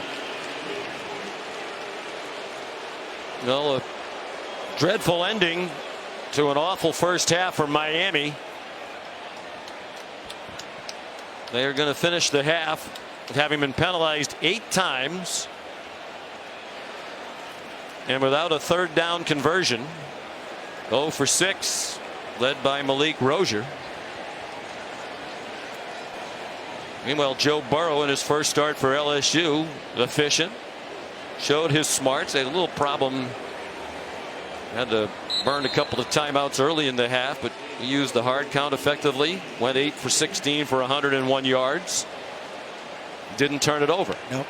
Didn't make a big mistake. Threw the ball away when he needed to throw it away. Got a couple offsides using his snap count. Very efficient first half for Joe Burrow. A nice mix of the run and pass. Not huge numbers. 181 yards of offense. 101 through the air.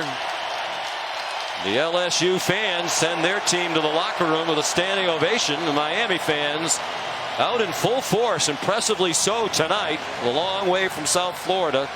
They're stunned. Here's Holly Rowe. Well, Coach, early in the game, you had to call some timeouts with procedural issues, but how did your quarterback settle down and start to find his rhythm? He's done a good job. We had to get him out there a little bit faster, new clock rules. I thought Steve did a great job. We got physical, we ran the football, played LSU football. Everybody told us this would be running back by committee, but what do you see from Nick Brossette out there, 2 scoring touchdowns? The same thing I've seen all camp. It's his senior year. It's his time. He's a good running back. Thank you, Coach. Go Tigers. The Hulu halftime report coming your way right after these messages.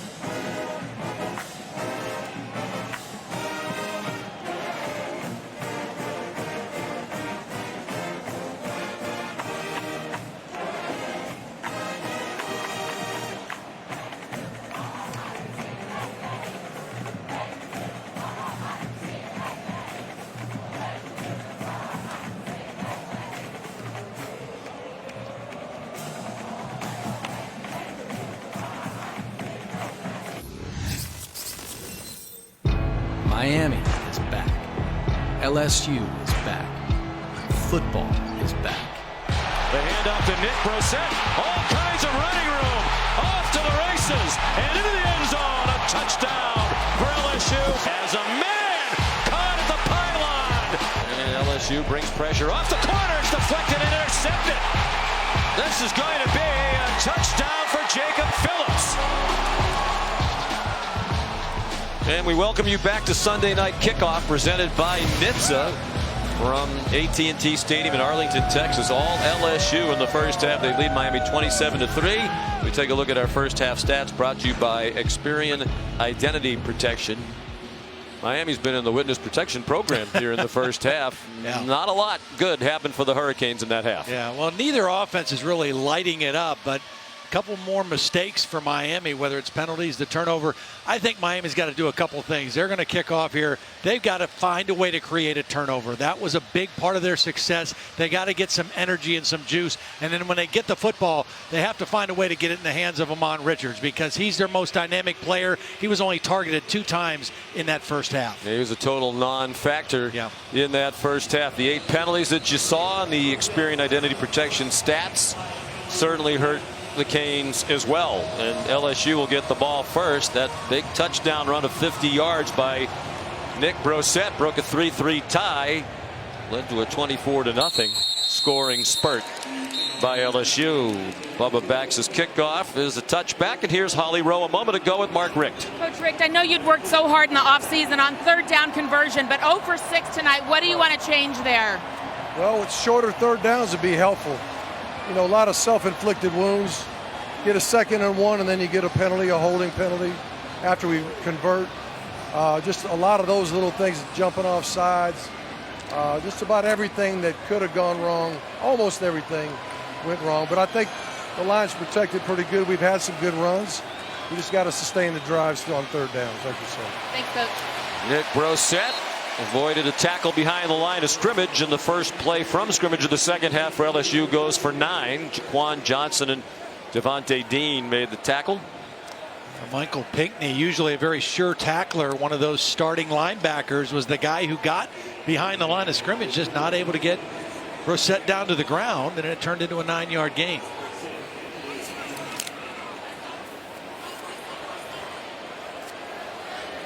Joe Burrow making his first career start at the college level after 2 years as a backup and a redshirt year prior to that at Ohio State. Brossette dumped to the line of scrimmage by Gerald Willis and Mike Smith.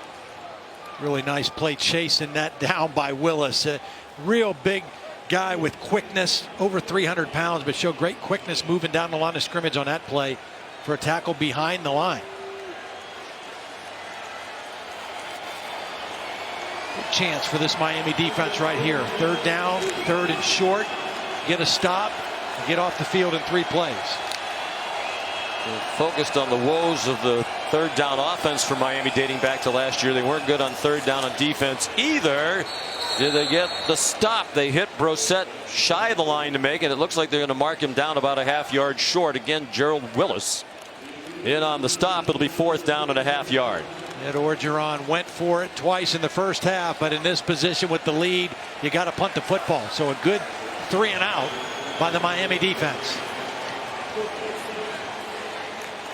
There's Zach Von Rosenberg to punt. Punted only once in the first half, and it was a good one, 44 yards. DeeJay Dallas back to receive it for Miami.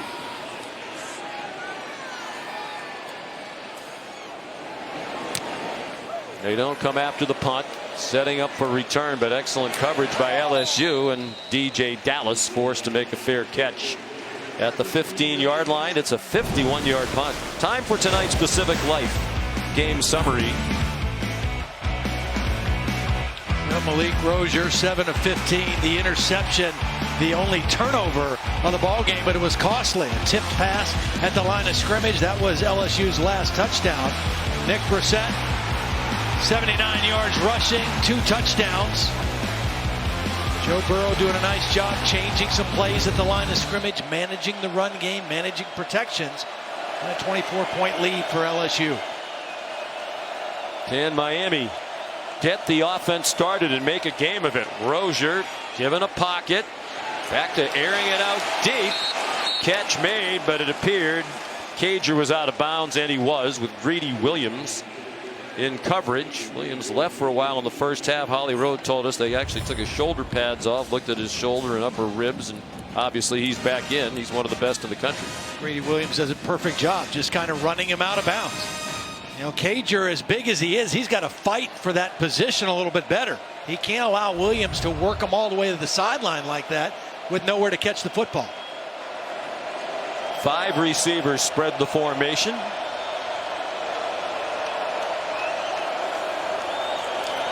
Four-man rush. Rosier over the middle, and it's caught for a first down by Jeff Thomas.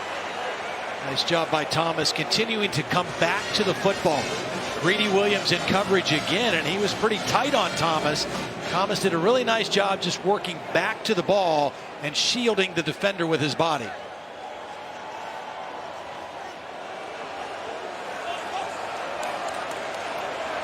A 13-yard gain and a first down for Miami.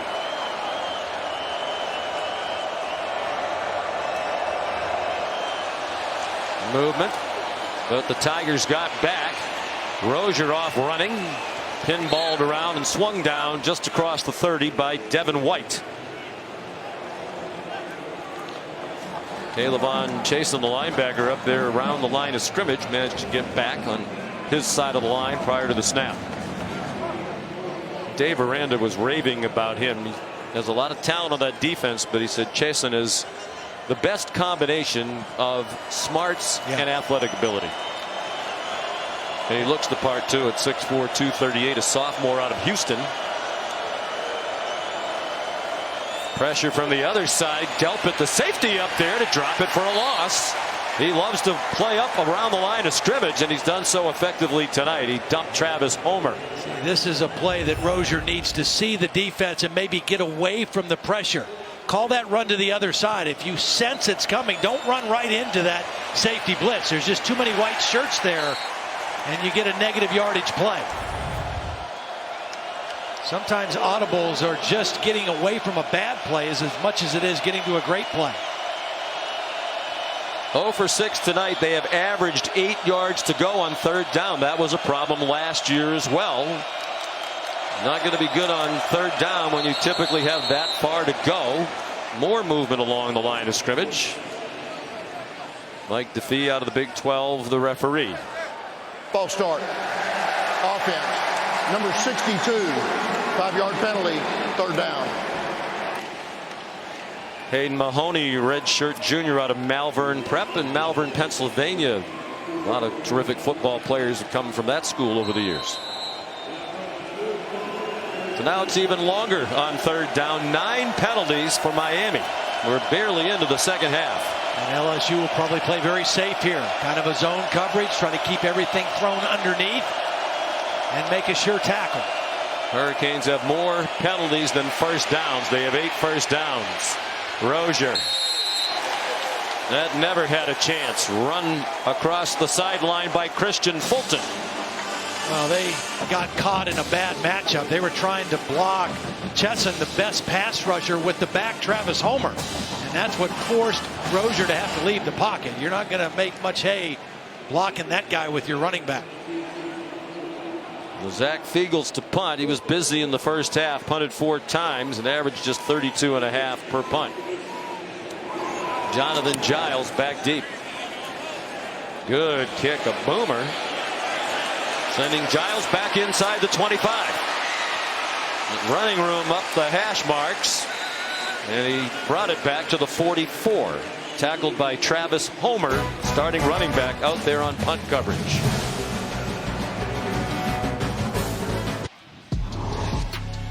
The quarterback for LSU last year was Danny Edling. Did a solid job. Started all 13 games. Was drafted by the New England Patriots. So they had an open position, not an obvious replacement. Joe Burrow transferred in from Ohio State as a grad transfer. Then over the summer, as we mentioned, when Ed Orgeron said that Burrow and Miles Brennan were ahead of the other 2 quarterbacks, McMillan and Narcisse, that same day, they announced they were transferring. That really rocked the program, led to that players only meeting we talked about in the first half. But No ill effects for LSU. They are sharp tonight, particularly the new quarterback, Joe Burrow, with a strike for a first down into Miami territory to the 33-yard line, a gain of 24. Well, it's very safe play. It's a first down play action, max protection. You keep the tight end in, you keep a back in. It's basically a two-man route with an outlet, and Burrow delivers a strike. Fourth catch of the night for Justin Jefferson.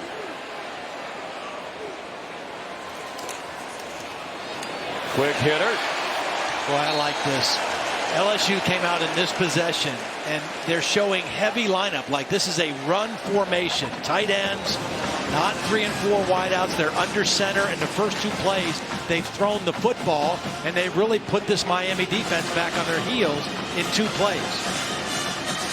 D. Anderson, the last catch, the homecoming for D. He was excited to come here tonight. He's from DeSoto, Texas, about 20 miles away from AT&T Stadium. Second and short. Nick Brossette high stepping inside the 20, inside the 10 and out of bounds just shy of the 5-yard line. This is just a great cutback, good vision by Brossette. And number 22 for Miami loses leverage.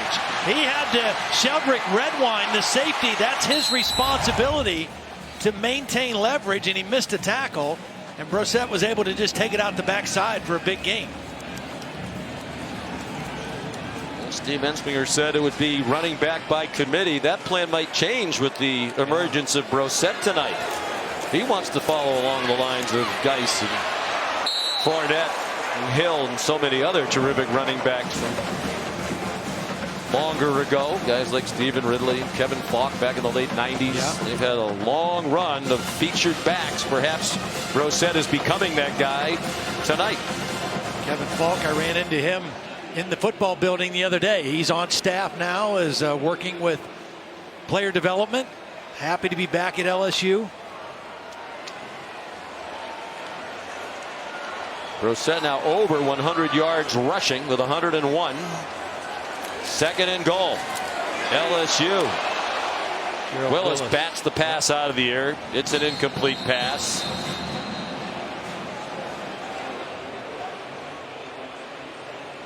Even though it was clearly an incomplete pass, they chased the ball out near the 30. Now there's a Miami player who is in pursuit of the ball well after the whistle, who's down. It's Jonathan Garvin, their starting defensive end. I think it was friendly fire, too. I think it was one of his own players that ran into him. As they were pursuing that incomplete pass.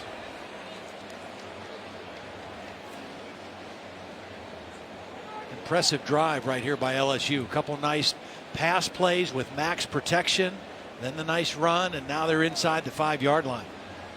I tell you, deserves a lot of credit is the offensive coordinator, Steve Ensminger. Yeah. We mentioned earlier, longtime member of the staff. When Ed Orgeron was made the interim coach a couple of years ago, he made Ensminger the offensive coordinator.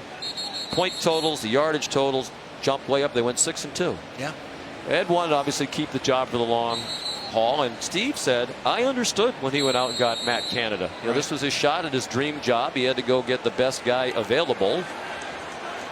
So after 1 year was a bad marriage with Canada, they turned back to Ensminger, and you got to like that attitude. Absolutely. And he was very happy just coaching tight ends, being at his alma mater. You know, he was comfortable with them. A lot of Tiger fans weren't sure that was the right decision. They have 27 on the board against this Miami defense. Not even midway through the third quarter. Trying to throw it to the fullback, Torrey Carter. And Quan Johnson had the coverage. Well, he missed Foster Moreau. I mean, he made the good decision to throw the ball away. Joe Burrow's done that all night to avoid the sack and the negative play. But he had Foster Moreau in the back of the end zone that he could have got it to him for a touchdown. It's now Cole Tracy. After a brutal field goal kicking year last year for LSU, they used 2 different kickers who went 16 for 27. That's awful in today's day and age of excellent field goal kicking. Tracy's had a terrific debut, and that one's good from 21 yards. What a difference a year makes, huh? Wow. That's his 3rd field goal of the night. Midway through the third quarter. 30-3 LSU. Sunday Night Kickoff, presented by NHTSA on ABC, is brought to you by Chevy. Chevy has earned J.D. Power Dependability Awards for cars, trucks, and SUVs.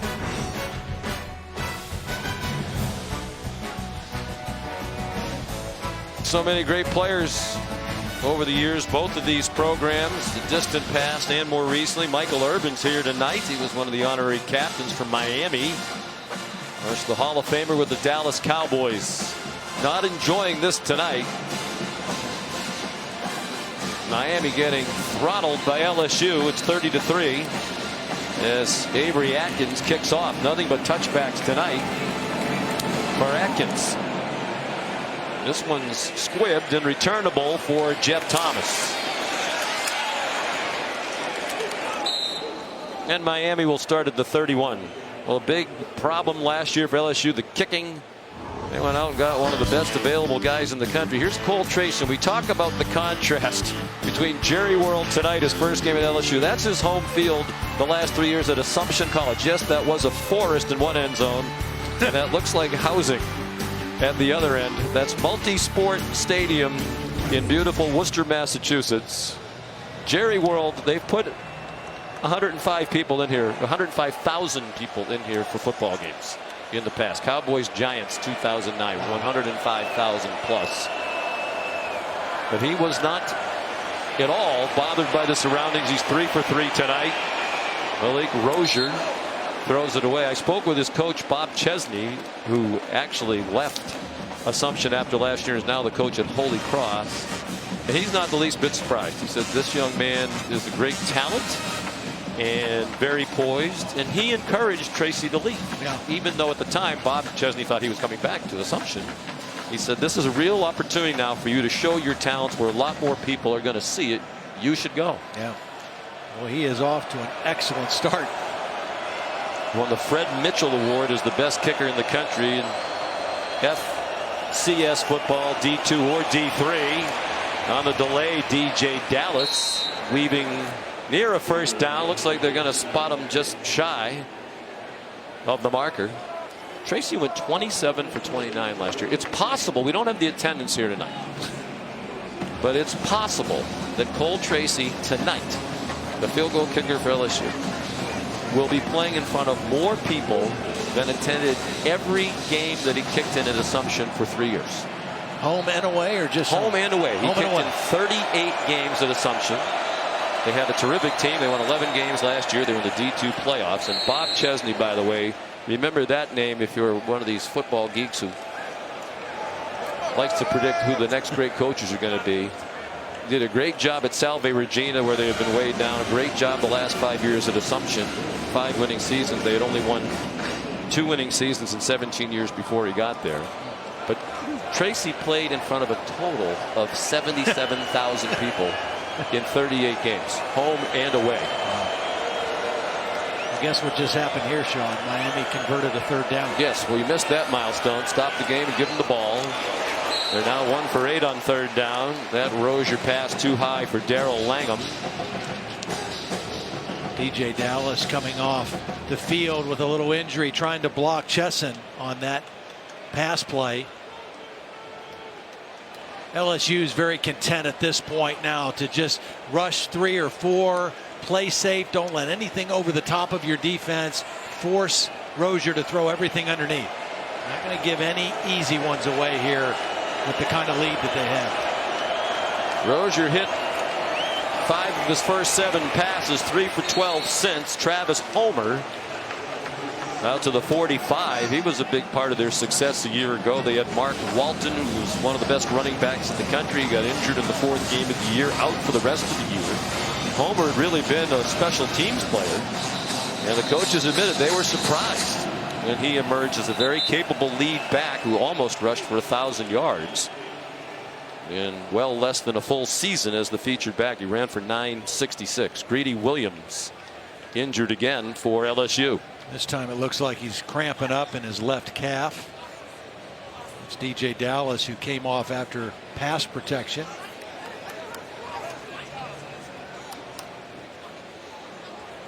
Well, it's warm in the building, but it would be a lot warmer with that roof open. Busy time right around here. The Texas Rangers ballpark is right next door. They share parking lots, and they played an afternoon game at 2 o'clock. So it was a little bit tough to get in and out of here. Yeah. For this game tonight, with the Ranger crowd leaving and the football crowd coming in to this spectacular setting. There's the Rangers ballpark. Seems to me like it opened the other day, but they're building a new one. That's how close they are from the Goodyear blimp. My guess is it was a little warmer for the announcers in the booth during that game in the afternoon than for us tonight, right? Yeah, this is climate controlled, as you might expect. They didn't miss a trick. I did a lot of baseball games in that park next door. It is not climate controlled. And that beautiful aerial coverage is provided by Goodyear from the end zone to the uprights to the outfield wall. In fact, nothing comes between hard work and a goal. Goodyear, more driven. Can't wait for the fellas Barney Smith and Ryan McGee from the Goodyear blimp tomorrow night for the Virginia Tech Florida State game. As this Labor Day weekend of college football continues. Nice throw, good catch. Rosier to Lawrence Cager, and they're across midfield to the LSU 49-yard line. I would ask you this, Todd. It looks like they are going to speed it up. You know, there's 5.5 to go in the third quarter, but you're down by 27 points. The operation probably needs to take on a little urgency here. Absolutely. Doesn't mean you stop running the football, but you do need to pick up your pace. Hard-earned yard for Travis Homer, now in his junior year out of West Palm Beach, driven back by Caleb Chasen and Kelvin Joseph. And one thing we should mention for Miami, they've not had a lot of success running the football tonight. 82 yards. It's tough to run without a hard-nosed blocking tight end, and right now Miami, because of an injury to Michael Irvin, they're forced to play 2 true freshmen at tight end. And that's tough, asking those guys to block a defense like this in your running game. Well, Michael Irvin suffered a preseason knee injury. A high throw. Rosier was hit as he threw it. It's intercepted. Being brought back by John Battle to the 40-yard line of Miami. It was Delpit again, and he ran right by Tyree St. Louis. They had a guy assigned to block him, but St. Louis not quick enough to handle the safety blitz. Here comes Delpit right here. He's going to beat the left tackle and force the errant throw by Rosier. Hit as he throws, the ball sails, and there's the interception. Second of the night for LSU. First one was brought back by Jacob Phillips late in the first half for a touchdown, 45 yards. That was a 28-yard return by Battle, senior from Hallandale, Florida. They come after Burrow. He got hit as he throws, and it's dropped. Terrace Marshall was open and dropped it. Good inside pressure by Gerald Willis. Number 2 for LSU has to leave the game for illegal equipment. You know what that is? That's the new rule about the knee pads. The pants have to go over the knees. When we had our seminar, the referees were talking to us about it. Rogers Redding, they were going to. It's the first time I've seen it enforced all weekend. Uniform infraction. Cover those knees. Well, Willis has been a force tonight up front for Miami. It was one of the hardest hits Burrow's taken this evening. Clyde Edwards-Helaire just shy of the 35-yard line, where it'll be third down after we hear from Holly Rowe. Gerald Willis has made some great plays, as you said up front, Sean, and he's a great story. He sat out all of last season. They're going to go quick here. I'll get back to you in just a second. All right, Holly. Burrow got it off before he was hit. Up for grabs. And caught. Or is it? No, it is not. Stephen Sullivan could not make the catch with Romeo Finley in coverage. Pretty nice job by Finley getting that right hand up in there and just knocking the ball away. Good tight coverage. It was a good throw. It was caught, but he was out of bounds. So here's Cole Tracy.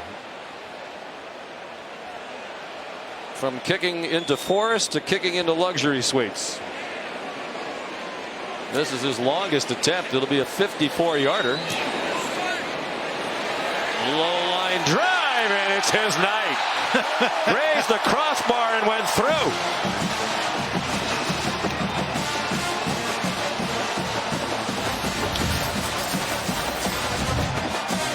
I'd say signing this guy as a graduate transfer, pretty good decision by Ed Orgeron.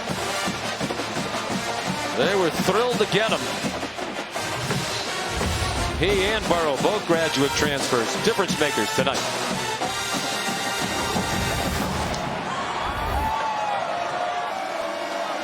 Friends, you can check out the alternate angle coverage from Xfinity Skycam by streaming live on ESPN3, on the ESPN app, and on Xfinity X1.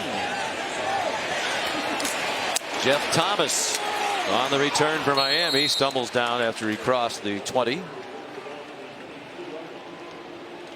Well, more college football tomorrow night. The feast continues on this opening weekend. From Tallahassee, an ACC conference game to begin the year for 20th ranked Virginia Tech and number 19 Florida State. One of the new coaches this year, Willie Taggart, now with the Seminoles. He'll be kicking off his season on the College Football Megacast. ESPNU, ESPN News, ESPN3, all kinds of alternate productions. And Marty Smith and Ryan McGee in the Goodyear blimp, 1,000 feet above Doak Campbell Stadium. I wonder if they'll have deer antlers and all that kind of stuff from their set. With Did you ever listen to their radio show? Yeah, it's quite southern. Yeah, I know. Some of us in Massachusetts have a hard time sometimes figuring out what they're talking about. Here's the quarterback matchup. DeAndre Francois, injured early last year. That played a part in a subpar season for the Seminoles. He earned the starting job back. I'm excited to see him back. I remember him when he was healthy the year before. The thing that stood out, he was a tough dude. I mean, he got hit and hit and hit and hung in the pocket and made plays. Glad to see him back in action. Rosier running for his life, threw it away. Jacob Phillips caused him the biggest problem. Here's Holly. Well, guys, speaking of DeAndre Francois, I was actually at Florida State practice a couple of weeks ago, and the thing that you'll notice with this offense is the tempo. They were running plays about every 8 to 11 seconds at practice, so I'm curious to see how that patella tendon injury holds up with DeAndre. I've been closely following his rehab on his Instagram story, though. I know nobody in America's worked harder to get back, so we'll see how he does with that up-tempo offense. And no one on the sideline works harder than Holly Rowe. Does she ever go home? Does she ever sleep? Well, she's got three different houses, so she can kind of pick and choose. Whoop, that looked like a face mask. That's a break for Miami because Phillips was there and it was going to be a sack and a loss, but it was a glaring face mask. Yeah, this game is just turned into a bludgeoning right now. Personal foul, face mask, defense number 6. It's a 15-yard penalty from the previous spot. Automatic. First down. Just a 4-man rush, but Phillips able to come free and just can't let go of the face mask. In great position for a sack. This will be a night that Malik Rosier will want to forget as quickly as possible. And I think stunning to Miami. 14 starters back from that 10-win season last year. They won the ACC Coastal Division for the first time. They went into the ACC in 2004. They were the runaway pick to win it again this year. Ahead of Virginia Tech, who we'll see tomorrow night. Florida State in the other division, the Atlantic, picked to finish second behind Clemson. Everybody thinks Clemson's going to win the ACC, barring a big surprise. But is Florida State poised to come back? We'll see. We'll see what they can do with their new coach, with Willie Taggart. I do think DeAndre Francois, if he can stay healthy, I think he gives them a chance. You know they're going to have the athletes and the defensive players and the speed to make a run at it, but Clemson just is so far out in front of everybody in that league right now. Travis Homer, the ball carrier, to the 47-yard line as we go to 2 minutes left in the third quarter. Glenn Logan, the tackle for LSU. And Miami certainly will play better than they've shown tonight. And they're plenty good enough and have the talent to win the ACC Coastal again. I mean, that is well within their reach. But when they've played the elite teams at the end of last year and in this team in LSU tonight, particularly defensively, they just don't match up very well. 3rd and 3 in the third quarter with the score 33-3. And a minute 30 to go and a flag. Saw Amon Richards. They need to get him back involved. One catch tonight. Offense, number 55, 5-yard penalty, 3rd down. Yvonne Donaldson, you said it a couple times tonight. They think he's a dynamic playmaker. He says he's fully healthy after an injury-filled season a year ago, but he's been a total non-factor here tonight. Yeah, 1 catch, 9 yards. 2 times they've thrown to him. I know LSU's got some guys who can cover, but I'm not sure they're good enough to completely take him out of the game. He's not on the field for this 3rd down and 8. And they just throw a prayer up there, and it was answered this time. Jeff Thomas the catch. Officials conferring they have a catch inbounds at the 26-yard line. This is a phenomenal effort by Jeff Thomas. Keeps his eye on the ball, stops and goes up for it, and gets 1 foot down, which is all he needs. Wow, tremendous. Kerry Vincent was in coverage number 5, and he overran the play. The ruling on the field is a completed catch. That plays under further review.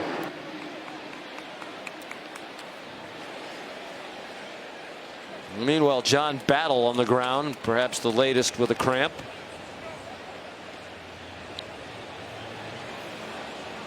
Avid photographer. You know who knew that? Holly Rowe.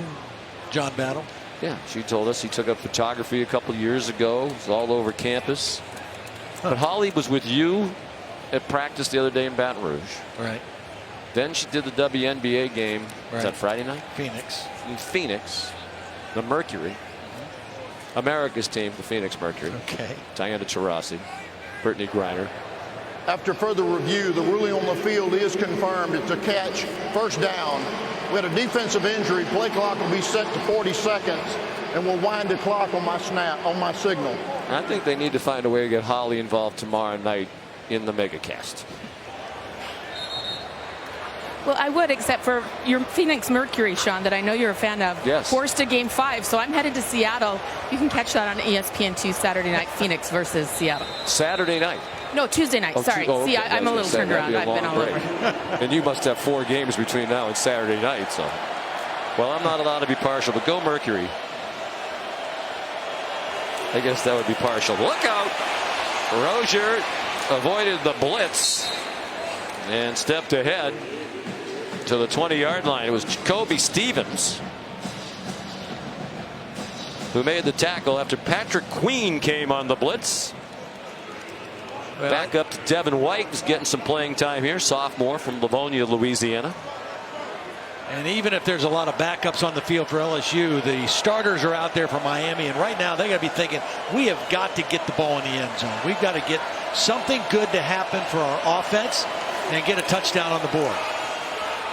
They haven't been in the red zone tonight. Rosier got just to the 20 and then got blasted back by Queen and Jacoby Stevens, a sophomore from Murfreesboro, Tennessee. That's the end of the 3rd quarter. The 3rd quarter controlled by LSU. 62. Sunday night kickoff presented by NHTSA will continue after this message and a word from our ABC stations.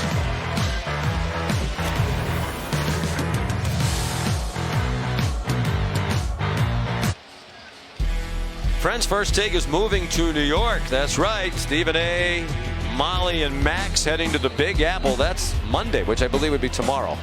Okay. Working on the holiday. That's impressive. Laboring on Labor Day. 10 a.m. from the new location on ESPN and the ESPN app. 3rd down and 4. Rosier. They convert a 3rd down. Nice. And he gets spun around a couple of times. 1st and goal. Deepest penetration of the night for Miami. They're at the 9-yard line after pickup of 11. That was just not by design. Now he did have. 5 is out for knee pads. He did have a quarterback draw called earlier in this drive. That was just him reading it, taking off on his own, and getting a nice pickup on 3rd down to keep this drive alive in the red zone. LSU takes their first time out of the half. Perhaps the knee pad problem threw them off. They're talking to Kerry Vincent Jr. over there on the sideline. Timeout. 14:41 to go in Arlington, Texas.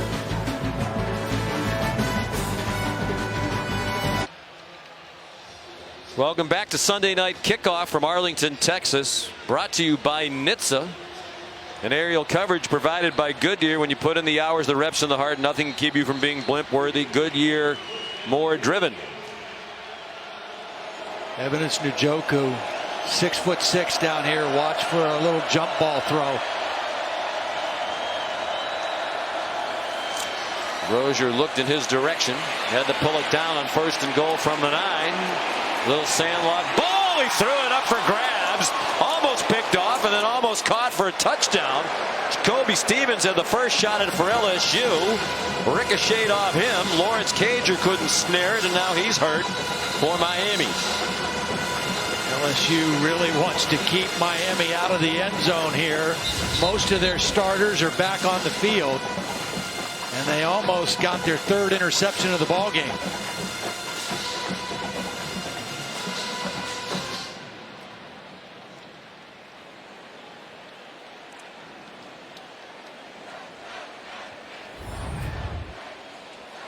And with Cager still down in the end zone, both teams head to the sideline.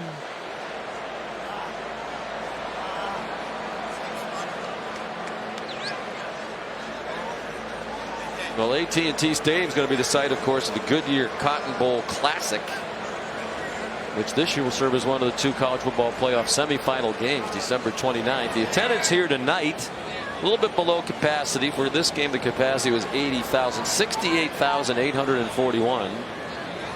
A lot of Miami fans, surprisingly. I was surprised by that. I really was. I mean, I would not have expected Miami to travel as well. I knew LSU would have a sizable contingent here, but a lot of Miami fans here.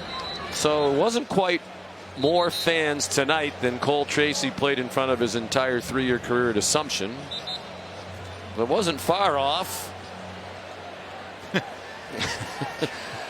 Only 10,000 more we needed tonight to put it over. But how about the night he had 4 for 4, and that last field goal with the longest 54 yards, by the way, ties the longest field goal in LSU history. 54 yards. Great first night for him on the big stage. He's the 3rd man to do it. No forest, no houses. No. The long field goal. 2nd and goal, Miami. Perhaps a design run for Rosier. And let me ask you this, as Alexander runs him down. You're going to lose the game. We mentioned there was a quarterback competition, but Mark Richt said to us the other day, you know, the young guys really aren't ready. Yeah. They're freshmen, redshirt freshmen. You really want to run that play down by 30 and get your quarterback smacked again? No, I don't think that's the best, although we've seen him run the ball about 4 times in this drive. I think Mark Richt is saying we've got to do whatever we can to get a touchdown.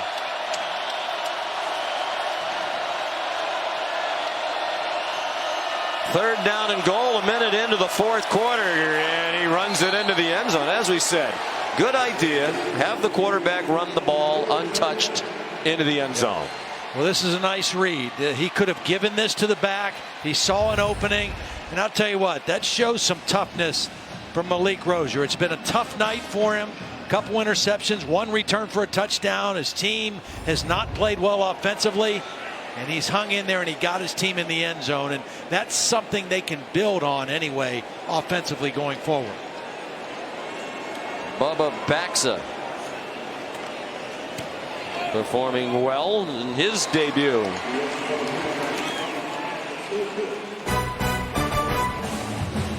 He is wiped out. Rosier into the end zone. It's 33-10.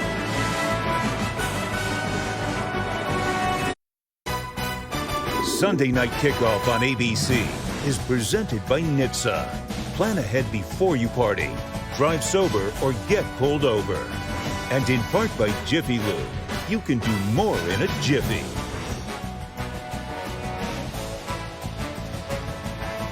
Oh, is that pylon cam? Yeah, it is pylon cam. Had a dizzy cam there for a minute. Miami to kick off. LSU anticipating the possibility of an onside kick here with Miami trailing 33-10. 13:57 to go.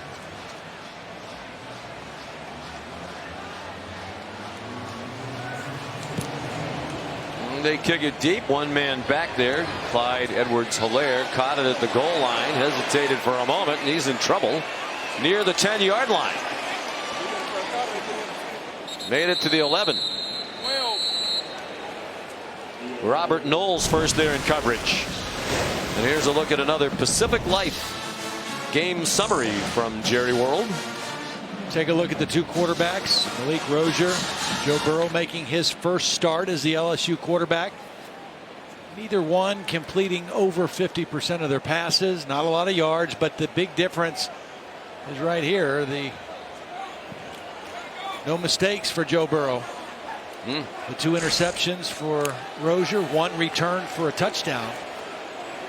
Joe Burrow has just done a nice job managing things for LSU. Yeah, when you look at the stats, they're almost dead even. Yeah. The total yardage, Miami actually has a 13-yard edge. Prior to that play, it's still 13, as that was a no-gainer. Miami's passed for 11 more yards, rushed for 2 more yards. Neither one's been any good on third down. Miami's actually been better now on third down than LSU. 5 out of 12 to 2 for 12. If you look at the stats, it's hard to explain how this is such a one-sided game. Well, I do think that LSU has gotten a little bit conservative offensively when they had the big lead. They took their foot off the gas a little bit. Ooh, dangerous play near their own goal line, setting up a screen. Pat Bethel blew that play up. Trying to go with a little middle screen. You allow the rush to come in, but they gave it to get a deflection and almost turned that into a negative play. Could have been an interception after the deflection. Yeah, and if that's an interception and a touchdown, all of a sudden it's a ball game here. That's right.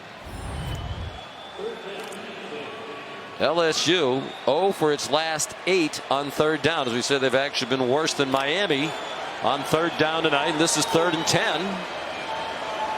Stop some good field position. Another Miami score, and it'll get people's attention. Burrow says so much for that.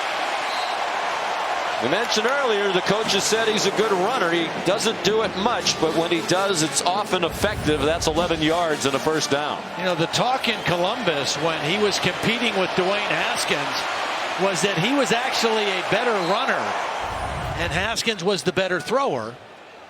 And he showed it right there. Good quick decision to get straight up the field and pick up the first down and get a third down conversion. Right and now. Ogeron and Steve Ensminger told us that Miles Brennan, the backup sophomore from Mississippi, is really the better thrower, has the bigger arm. But they liked the experience of Burrow, even though he hadn't started a game. He played in 10 college games, was around it for 3 years at Ohio State. Clyde Edwards-Helaire, good run on first down. There's Brennan. I guess the question would be, if Miami didn't score, perhaps there was some thought of putting him in the game to get him some snaps, but it's enough of a question mark still to leave the starter in there. But it was a spirited competition that lost 2 of the combatants. When McMillan and Narcisse transferred out in mid-August. Willis, been involved in a lot of stuff tonight, is injured. You know, we've talked a lot about Joe Burrow being a graduate transfer quarterback from Ohio State, and that's become such a popular trend in college football now, this graduate transfer quarterback. This year there's 24. It's the most that there's ever been in a single year. And the first one was in 2006. A guy left Arizona, Richard Kowalczyk, and went to Vanderbilt. A lot of that time coaches didn't think it'd become that much of a big deal, but it has really become popular. But that last thing there, if you look at just basic efficiency statistics, how many times you start, how many games you win if you take your team to a bowl game, and do you rank in the top 25 in QB efficiency, of the 85 graduate transfer quarterbacks since 2006, only 5 have checked all those boxes off. So there hasn't been a great amount of success, because typically if you sign a graduate transfer quarterback, you're signing a guy who got beat out somewhere else. Right. Or you're signing a guy who got hurt and lost his job. And he only has 1 year, for the most part, a lot of times to learn your system and get to know the teammates. Now, that's a difference for Burrow because he was a good student and graduated in 3 years. He has 2 years of eligibility. And I think most coaches only want now a guy who has 2 years of eligibility because it is so difficult to come in and get everything down that quickly. But how about how honest he was, Joe, when we talked to him the other day? Here's 2nd down and 2, and he's wisely going to let the play clock run down. 15 seconds to go in this 23-point lead. He said, yes, I took care of my college part at Ohio State. This is really a job for me now. This is the start of my career. He said, I'm taking classes, but he said he is taking online classes as a graduate student. He said he spends about 1 hour a night on academics, and everything else is total immersion in football. Yeah, he was. I've never heard anybody talk like that, but he was very honest with us. And, you know, he's got a very business-like approach. Holly? Well, guys, when we talked to Ed Orgeron, we said, does it matter that he only had 2 years left? And he said, no, I want the guy that will win now. That was the most important thing to me. He didn't care about the time left or if they were going to try to develop Miles Brennan. They want to win right now. Yeah, if your name was near the top of every coach on the hot seat list, you'd want to win right now, too. And this performance should get some people off Coach O's back at least for another week or two. Jonathan Garvin, who was injured earlier, back out there. But Ed was very positive. He said despite some of those off the field things that we talked about, he thinks they had a great camp. He likes the talent level. But they have one of the toughest schedules in the country. They do. I mean, that's why I thought at the very beginning of the show I talked about, I thought this game was more important for LSU than it was for Miami because of what comes next. Their schedule is not friendly. No. Matter of fact, in 2 weeks, they're at Auburn off that big win for Auburn yesterday against Washington. And you compare their schedule to Alabama's, their crossover games are Florida and Georgia out of the East. That's a little bit different than what Alabama draws as their crossover. LSU takes their 2nd time out of the half. Please set the game clock to 10-12. 10-12. God damn it. So with the timeout and 4th down upcoming, we'll step aside and return to Arlington, Texas after this. Well, the LSU players-only meeting was led by Devin White, and you can see the All-American candidate linebacker is in there right now on punt coverage team. His message to his guys was everybody has an important job. A lot of young guys are going to have to step up, and if you look at the number of starters on this team right now, that's the story. Yeah, he said some of the younger guys seem to be offended by the suggestion they had to participate on special teams. Yeah. These guys are 4-star recruits, 3-star, 5-star recruits. But there he is leading by example. I'm not sure I'd want my best linebacker out there in this situation. Well, did you see who was in the punt shield? Richard Lawrence and Brandon Fajoko, their 2 starting defensive linemen, were in the punt shield. So, but I think they know it's still a game. It is. It's still a game. It's not much of a game. It's surprisingly one-sided, but a Miami touchdown here tightens things up considerably. And Ed Orgeron and his staff are well aware of that. I think we'll potentially see a little bit more pressure defense this possession for just the reasons you're talking about, Sean. Rosier given plenty of time this time, and it's incomplete. Twisting around and failing to catch it was Jeff Thomas. Failing to catch it, but that's a throw that Rosier needs to make. He had protection. They picked up the blitz from the outside, and he threw it behind Thomas. He's a fast receiver running a crossing route. That ball has to be in front of him, and that's an easy completion. Just a bad pass that time by Rosier. We talk about the lack of a presence of Amon Richards tonight. 1 catch, and he has not been on the field in these last few series. On the sideline, helmet on. We're not aware that there's anything wrong with him. He certainly doesn't look to be in any sort of pain. Look out! Rosier blasted back inside the 20. Calebon Chason with the sack for LSU. Well, this is a mistake by the left guard and the left tackle. Watch these 2 guys. They're just going to open the gap, and Chason is going to just come right in between them. Somebody has to step down or step out. It's only a 3-man rush, and he was unabated to the quarterback. Third down and 18. LSU crowding the line of scrimmage. But a passive rush, giving Rosier plenty of time. Throwing it deep and caught at the 30-yard line. The speedy Jeff Thomas with a huge play for Miami, 52 yards. Well, this is a beautiful throw by Rosier, but this is bad defense by LSU. You've got two safeties that both took a bad angle to the football. And they let the receiver get behind them. Jacoby Stevens, number 3, tried to cut in front and go for the football, and he missed it. And that's a big completion on 3rd and long for Rosier. Nearly 9 minutes to go. Rosier, single coverage, lots of contact, and a catch. Brian Hightower with Kelvin Josephs, the freshman, with tight coverage. That's true freshman against true freshman, and Hightower won the battle. How about the back-to-back throws by Malik Rosier on the deep post on 3rd and long, and then drops this one in the bucket right over the outside shoulder for the touchdown. Hightower out of the IMG Academy in Florida, one of the top recruits among wide receivers in the country. Played in the U.S. Army All-American game in San Antonio.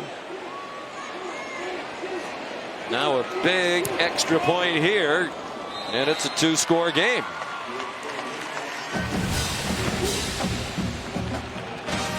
Just 4 plays to go 74 yards, and they took only 1 minute and 19 seconds off the clock. First collegiate catch for Hightower is a 31-yard touchdown.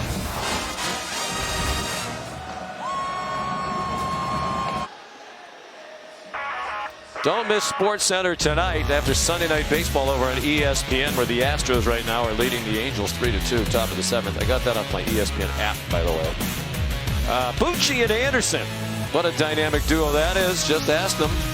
They'd say the same thing. Post-game reaction from both coaches from this game. Little pooch. And that is not well done. I love the idea we talked about during the break. Sure if did. they line up thinking you're going to onside kick it, squib it down there and try to go chase it. But if you kick it out of bounds, that plan doesn't work. By the way, Maria Taylor is going to talk with DeAndre Francois in advance of Florida State's game tomorrow Free kick night. out of bounds. By rule, ball be placed at the 35-yard line. First down. Yeah, they're telling the freshman back, so it would be helpful if you kept that in bounds. And also, I'm anxious to hear this one. John Gruden and Khalil Mack talking about the trade. Khalil Mack traded by Oakland, by our man the Grue Dog, to the Chicago Bears. The Bears got a great player. Yeah. I don't know what my man the Grue Dog's doing. He's got some draft picks, but one of the best defensive players in the league. Yeah, proven guy. Could have been a Gruden grinder. Now he's a Chicago, I don't know, Bear. Here comes Nick Brossette. A little bit of game pressure on LSU now, and he rumbles ahead to the 48-yard line.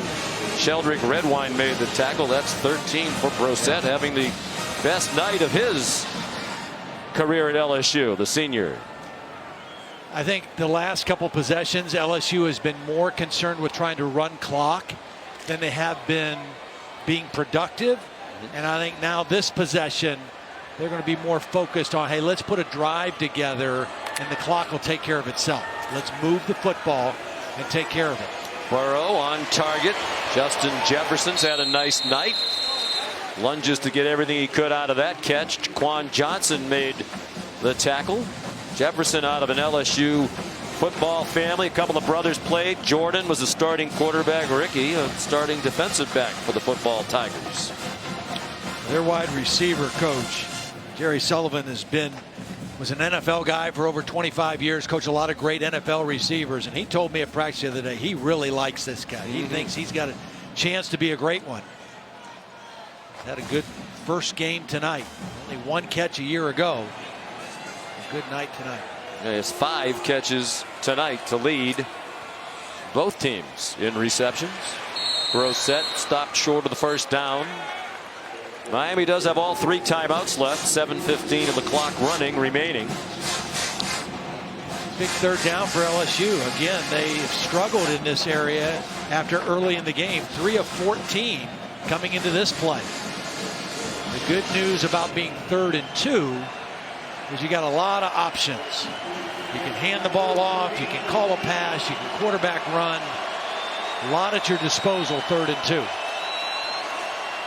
Deep handoff, and Brossette smothered for a loss. Back at the 47-yard line. Manny Diaz's defense gets the big stop, and Mark Richt will start using timeouts right here with 6:40 to go.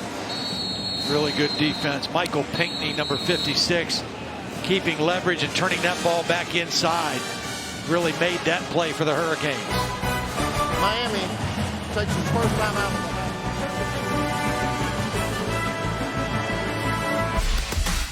The ESPN app now with ESPN Plus. Get more ESPN and download now. We encourage you to do it. It is all the rage. ESPN Plus. Here's a punt. It's their pooch punter, Josh Grouden, who specializes in this. And he gave a chance to down it. Yeah, he did his job. He did his job. Just not able to execute on the end of the play. That was Brossette, who's had such a good game running the football. Chesson, yeah. One of the things is I'm delighted to return to college football tonight. One of the things I did not miss over the last 2 years is duplicate numbers. I know. Why? Why do they have duplicate numbers? You have over 100 players on the team. They don't. They're not dressing anywhere near that many people here tonight. All right, can Miami really tighten this thing up? Plenty of time, 6.5 to go, 2 timeouts. They're a deep throwing offense, as we've seen all night tonight. That's a get rid of it offense. Ooh, they hit our camera. They want grounding on the LSU sideline. Well, did he get out of the tackle box, and did the ball cross the line of scrimmage? I think both of those are somewhat in question. Is that the camera that just got hit? That's not the camera that got hit. Does the camera that got hit have a name? We have the progressive pylon cam. It was just the jib. But is there a name for the jib? Do we have a sponsor for the jib? Okay, your name here. Go ahead. We need a jib sponsor for next week. The officials conferring. And it gives us a chance to check in with Holly Rowe. Holly, where is Ahman Richards? Well, he's here on the sideline, and last year he missed some games because of a hamstring injury, and I heard that he had tweaked that hamstring in camp, but I asked him before the game how he was feeling, and he said the hamstring was fine. But I have noticed that there is a new black sleeve on his hamstring and knee. He's standing here on the sideline as if he could go in, but don't know if they're going to call his number right now. Well, after a lengthy conversation, they throw a flag. That was the LSU crowd you heard cheering. Yeah. Intentional grounding. Offense number 12. It's a loss of down at the spot of the foul. The quarterback did get outside the pocket. However, the ball did not get to the line of scrimmage. Yeah, I thought it might be one or the other. Grant Delpit, the safety, came on the blitz. There you see he leaves the tackle box, but that ball has to cross the line of scrimmage if he's throwing it away, and it didn't.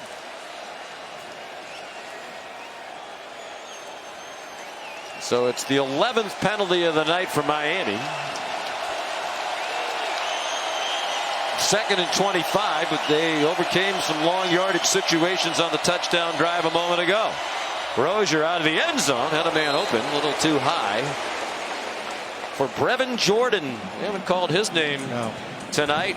True freshman tight end out of Bishop Gorman in Las Vegas.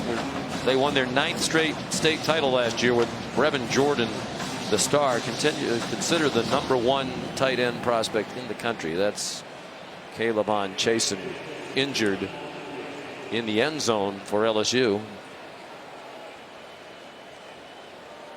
Certainly hope this is not serious. He is a key integral part of this LSU defense, and he does not look comfortable. Well, Dave Aranda, the defense coordinator, thinks he has a chance to be one of the best ever at LSU. They've had a lot of outstanding linebackers. Hopefully just a cramp. He plays the bench linebacker position. Arden Key played that position before him. The difference, Aranda thought, with Chesson was that he kind of sees the big picture, has a better understanding and feel for the game of football in addition to the physical skills of rushing the passer. But they're looking at that left knee right now.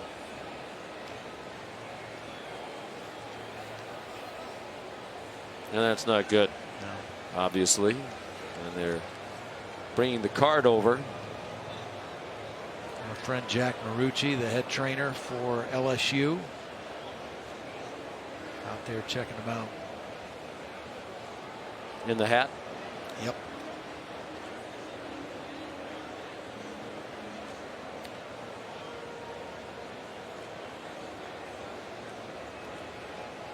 Oh, they're checking both knees.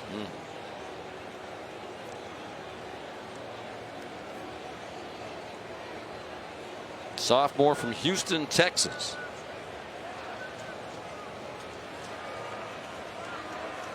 North Shore High School. He was also part of a state championship team back in 2015. They beat Austin Westlake, a perennial power. I believe the alma mater of Drew Brees, among several others.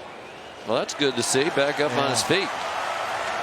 Just scared him limp as he heads off. Yeah, probably just scared him a little bit.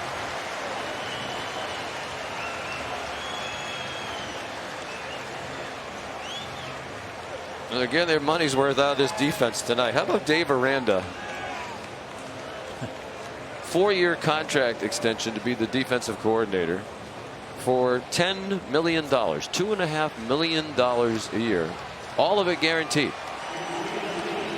So regardless of who the head coach is, he's getting paid. I read a report that last year only 46 head coaches out of the 129 in FBS football made more money than Aranda will make this year. 3rd down and 25. Desperation time for Rosier. Running out of time in the end zone. They're across the 20. They're short of the first down. Jeff Thomas got them close enough that Mark Richt really needs to think about it. Kerry Vincent stopped him 3 yards short of the line to make. Yeah, he's going for it. Well, I think he's going for it regardless. Yeah, you have to. I mean, but 4th and 25 is really hard. This is doable for Miami. Rosier's now thrown for 248 on 13 out of 29. At the very least, his stats will look better with this late rally. Short throw and the catch made by Darrell Langham. They brought the corner blitz from the short side of the field, and Rosier saw it. That required the safety Delpit to come over to cover, and he just wasn't able to get there quick enough. Good recognition and quick delivery by Malik Rosier. Who gets them out quickly with 5.5 to go. LSU led 33-3. It's 33-17. Miami has the ball again. They're screaming for flags, and they get the flag. Hightower still made the catch. Christian Fulton had the coverage. Yeah, he was all over Hightower. Never saw the football. He was just tied up with the receiver.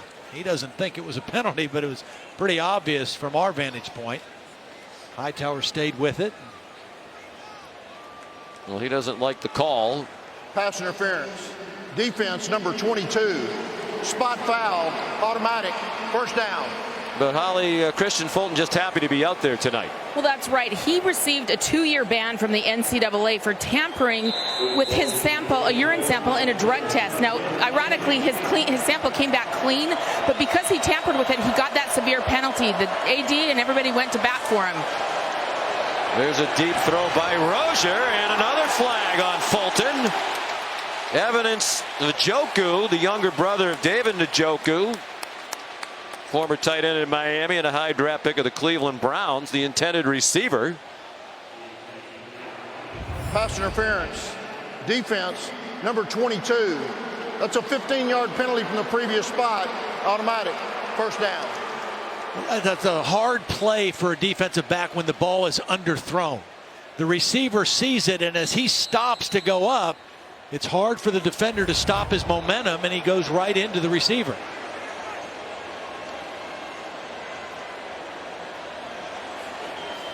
5 minutes to go. Miami on the move again. Rosier. No flag this time as he was looking for Mike Harley with Kerry Vincent, the sophomore. He's had a busy night at cornerback in coverage. And remember, the best pass rusher for LSU, Chesson, not on the field after that injury.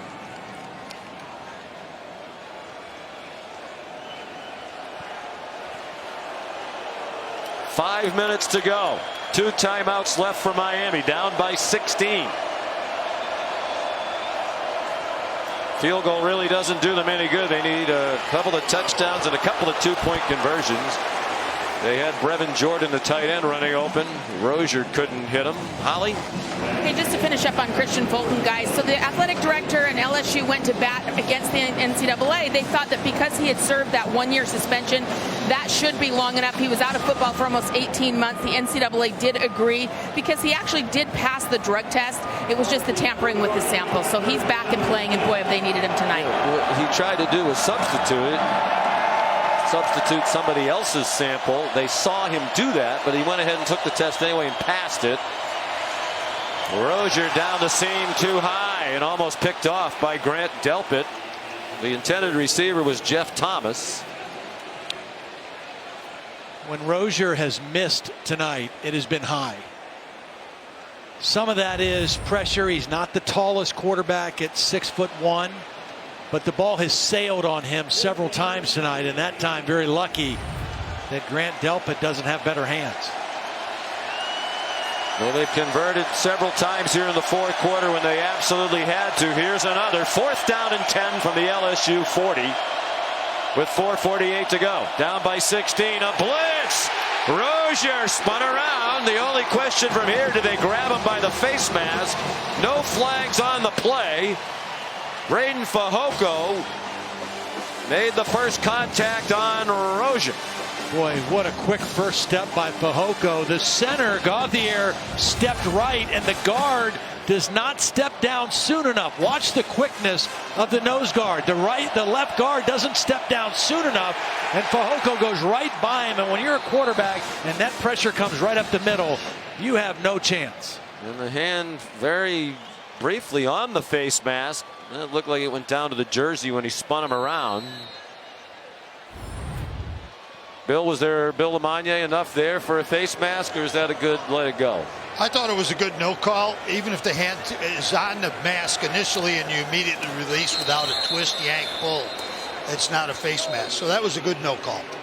So LSU takes over on downs. Here's a look at it again.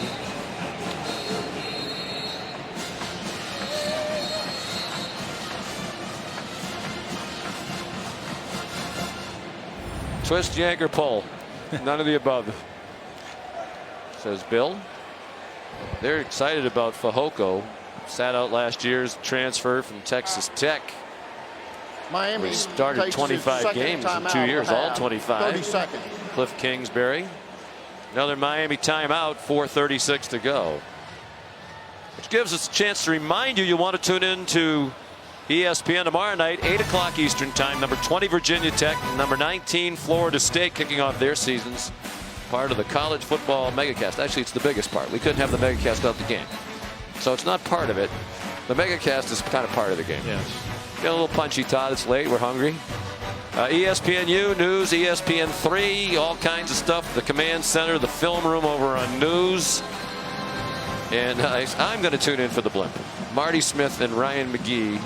So do you go to ESPN3 for that? The first ever Goodyear Blimpcast. They're 1,000 feet above Doak Campbell Stadium. What are they going to talk about? Boy, those guys look really small from up here.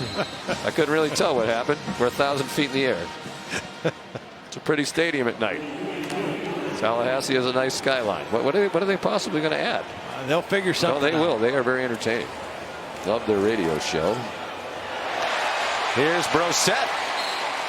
Looks like he got a first down. Far and away the biggest night of his career.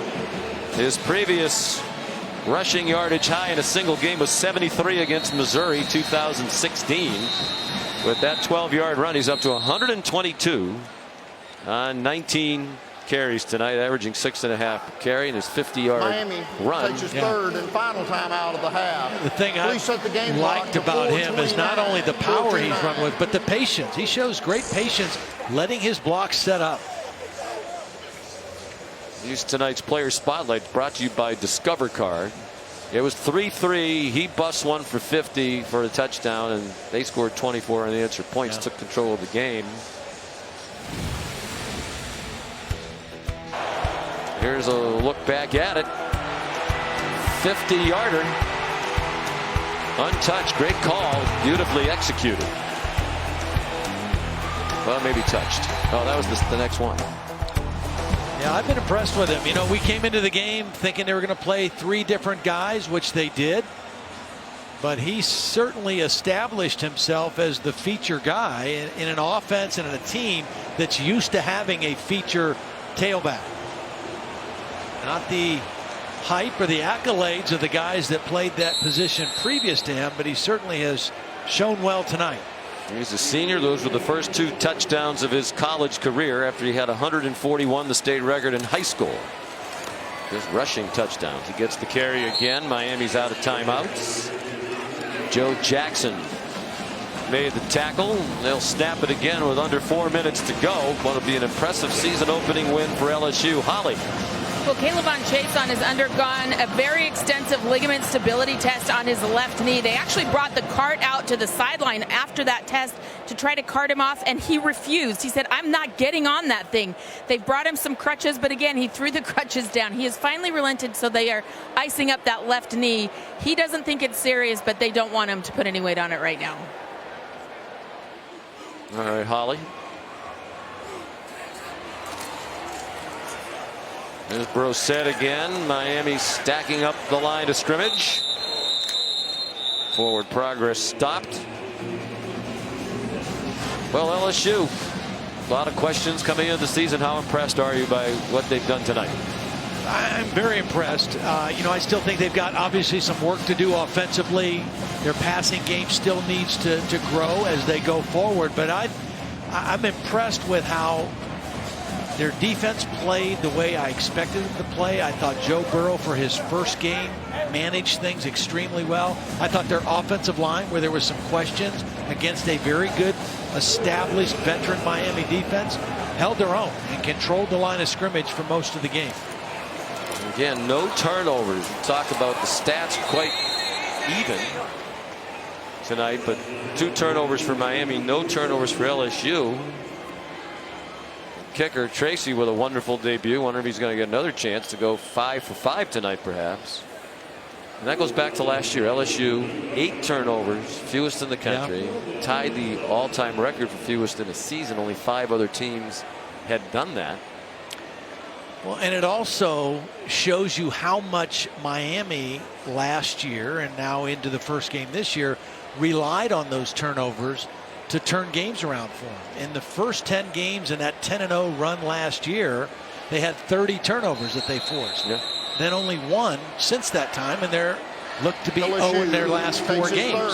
So, you know, their success was very closely tied to their ability to create turnovers, and without those turnovers, they haven't been able to win a football game. No turnover chain out tonight. Told they've made some adjustments to the turnover chain, changed it a little bit physically, the actual chain. Probably not going to find out about that tonight. It's being mimicked. We saw the turnover belt. Louisville had it last night. You know who knows all about the trends? Who's that? Holly Rowe. Of course she does. In her spare time today, she found out that several other schools, Holly, have kind of imitated the turnover chain. Well, that's right. I saw Tulane had the turnover beads, the Mardi Gras beads. Memphis had a cool turnover robe that looks like a big boxer championship robe. But my favorite, I believe, was the Boise State throne. It is a bedazzled throne that sits on the sideline. So the turnover chain starting trends all across the country. So if you get a turnover, you go sit on the throne, so to speak?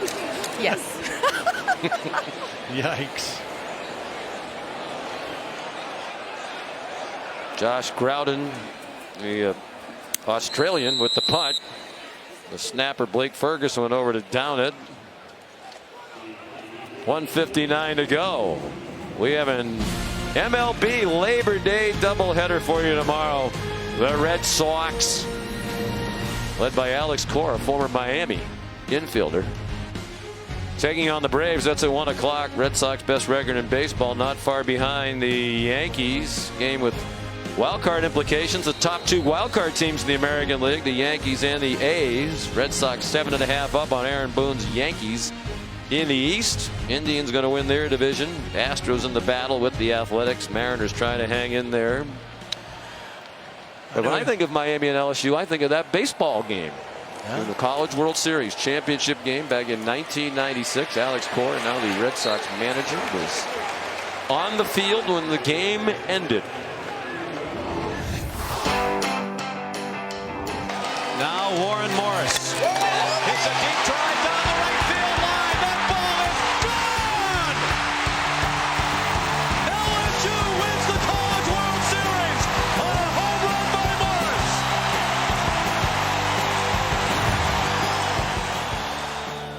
I recognize that voice. Yeah. Hard to believe it was that long ago. What's that, 22 years ago now?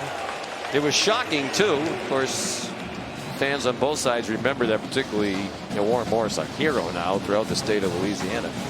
But I remember they told us he couldn't really hit for any power. He'd hurt his hand, and he had lost all power. And then he just rips one down the right field line. First time, I believe, that the College World Series had ever ended on a home run. It was before all the talk of launch angle, because that was a line shot. It sure was. It was back in the good old days of Rosenblatt Stadium in Omaha. 3rd down and 8. Rosier dumped. Michael Divinity, a junior from Marrero, Louisiana, one of their starting linebackers. Well, Jacob Phillips was there first. He was unblocked, and Rosier had nowhere to go away from him and right into the waiting arms of Michael Divinity.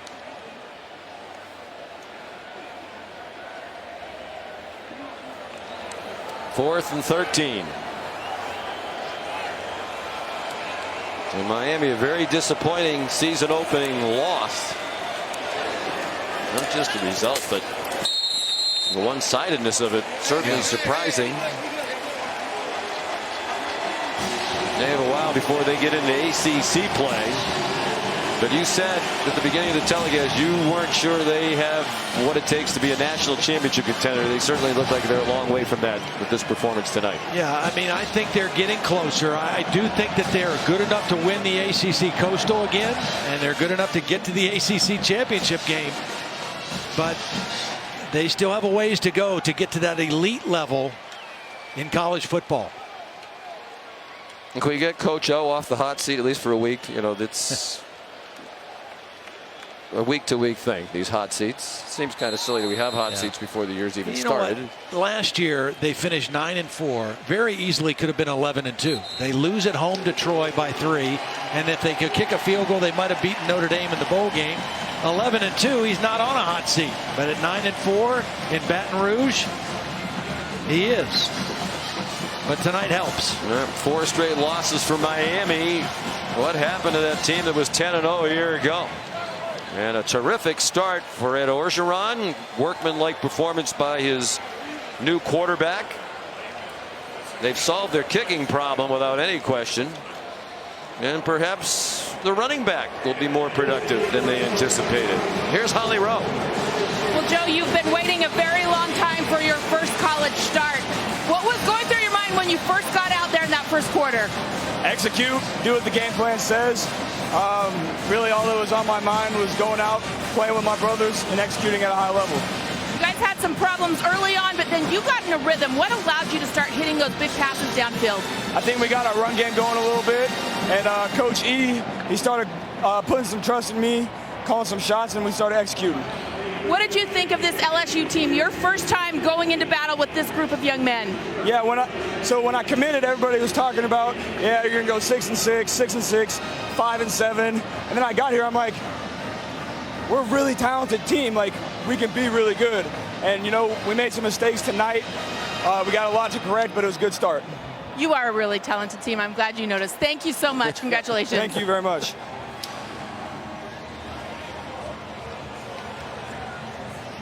Coming up next, We'll be back with the Ford wrap-up right after these messages.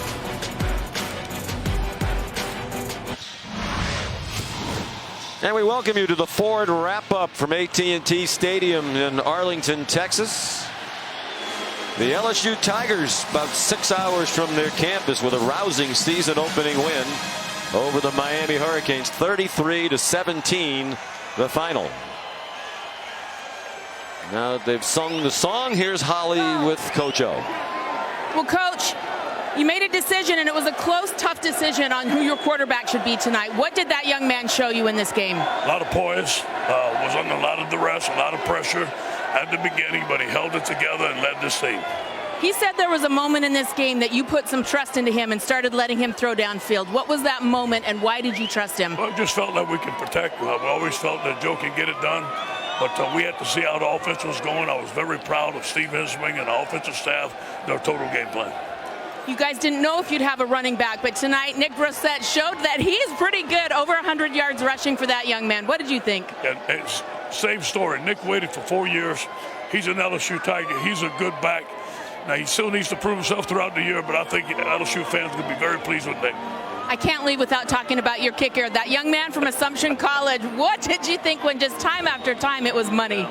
You know, I got to give the credit to Coach Greg McMahon for recruiting him. He did a tremendous job, and he's been great ever since he came. We're proud of Cole. We're proud of the protection. The defense. Let's not forget that defense. How did the front and the guys show up? They did good. You know, we could have put more pressure on the quarterback. You know, I know we're going to be mad that we gave up those deep balls in the end, but you know what? There's a lot of improvement from this football game, but it's good that we won and we can go back and make improvement. Thank you, Coach. Go Tigers. They didn't get out one of those before he headed to the very happy locker room. We mentioned Greg McMahon, longtime special teams coach in the NFL with the New Orleans Saints. They've made a couple of tweaks on the coaching staff, and that's a happy bunch. Yeah. And it wasn't explosive. They had under 300 yards of offense, 296. But it's about winning the game, and they did so in impressive fashion. And they were efficient. They had fewer yards than Miami, but they also had fewer penalties, and they had 0 turnovers. And again, against Miami, if you protect the football, you put a lot more pressure on them. And you know what? Here's one stat. Now, I had to take a look, a double take at this. LSU finished with 156 yards rushing, Miami 83. In their history, if they gain over 100 yards rushing and hold their opponents to under 100 yards, they are now 74-0 in those football games. That's a pretty good number to go by. I like that. You're holding some stuff for the Ford wrap-up. You know, one-sided game, hold the audience as best you can all the way to the very end.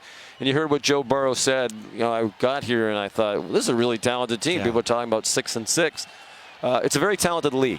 Yes. So this is a nice start. You wonder how good Miami is. That'll still be determined as they go forward. A lot of problems to solve, clearly, but it's going to be tough when they get in the conference schedule. The defense going to hold them in a lot of games, it looks like. Yeah, and you know, one of the things that's a big concern, I would think, right now for Ed Orgeron and Dave Aranda is the health of Caleb Von Chesson, because he is one of their premier players, left with that knee injury late in the ball game. So hopefully that's not a serious injury, but defense is going to be their strength. The offense and the passing game in particular needs to keep getting better and better as they get into SEC play.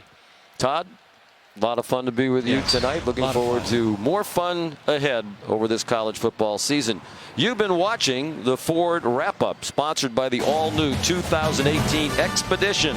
Always unstoppable.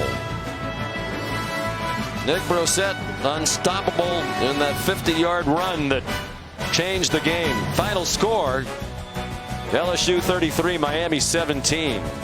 Now for our producer Phil Dean, our director Scott Johnson, our outstanding crew, for Holly and Todd, Sean McDonough saying so long from Arlington. This has been a presentation of college football on ABC.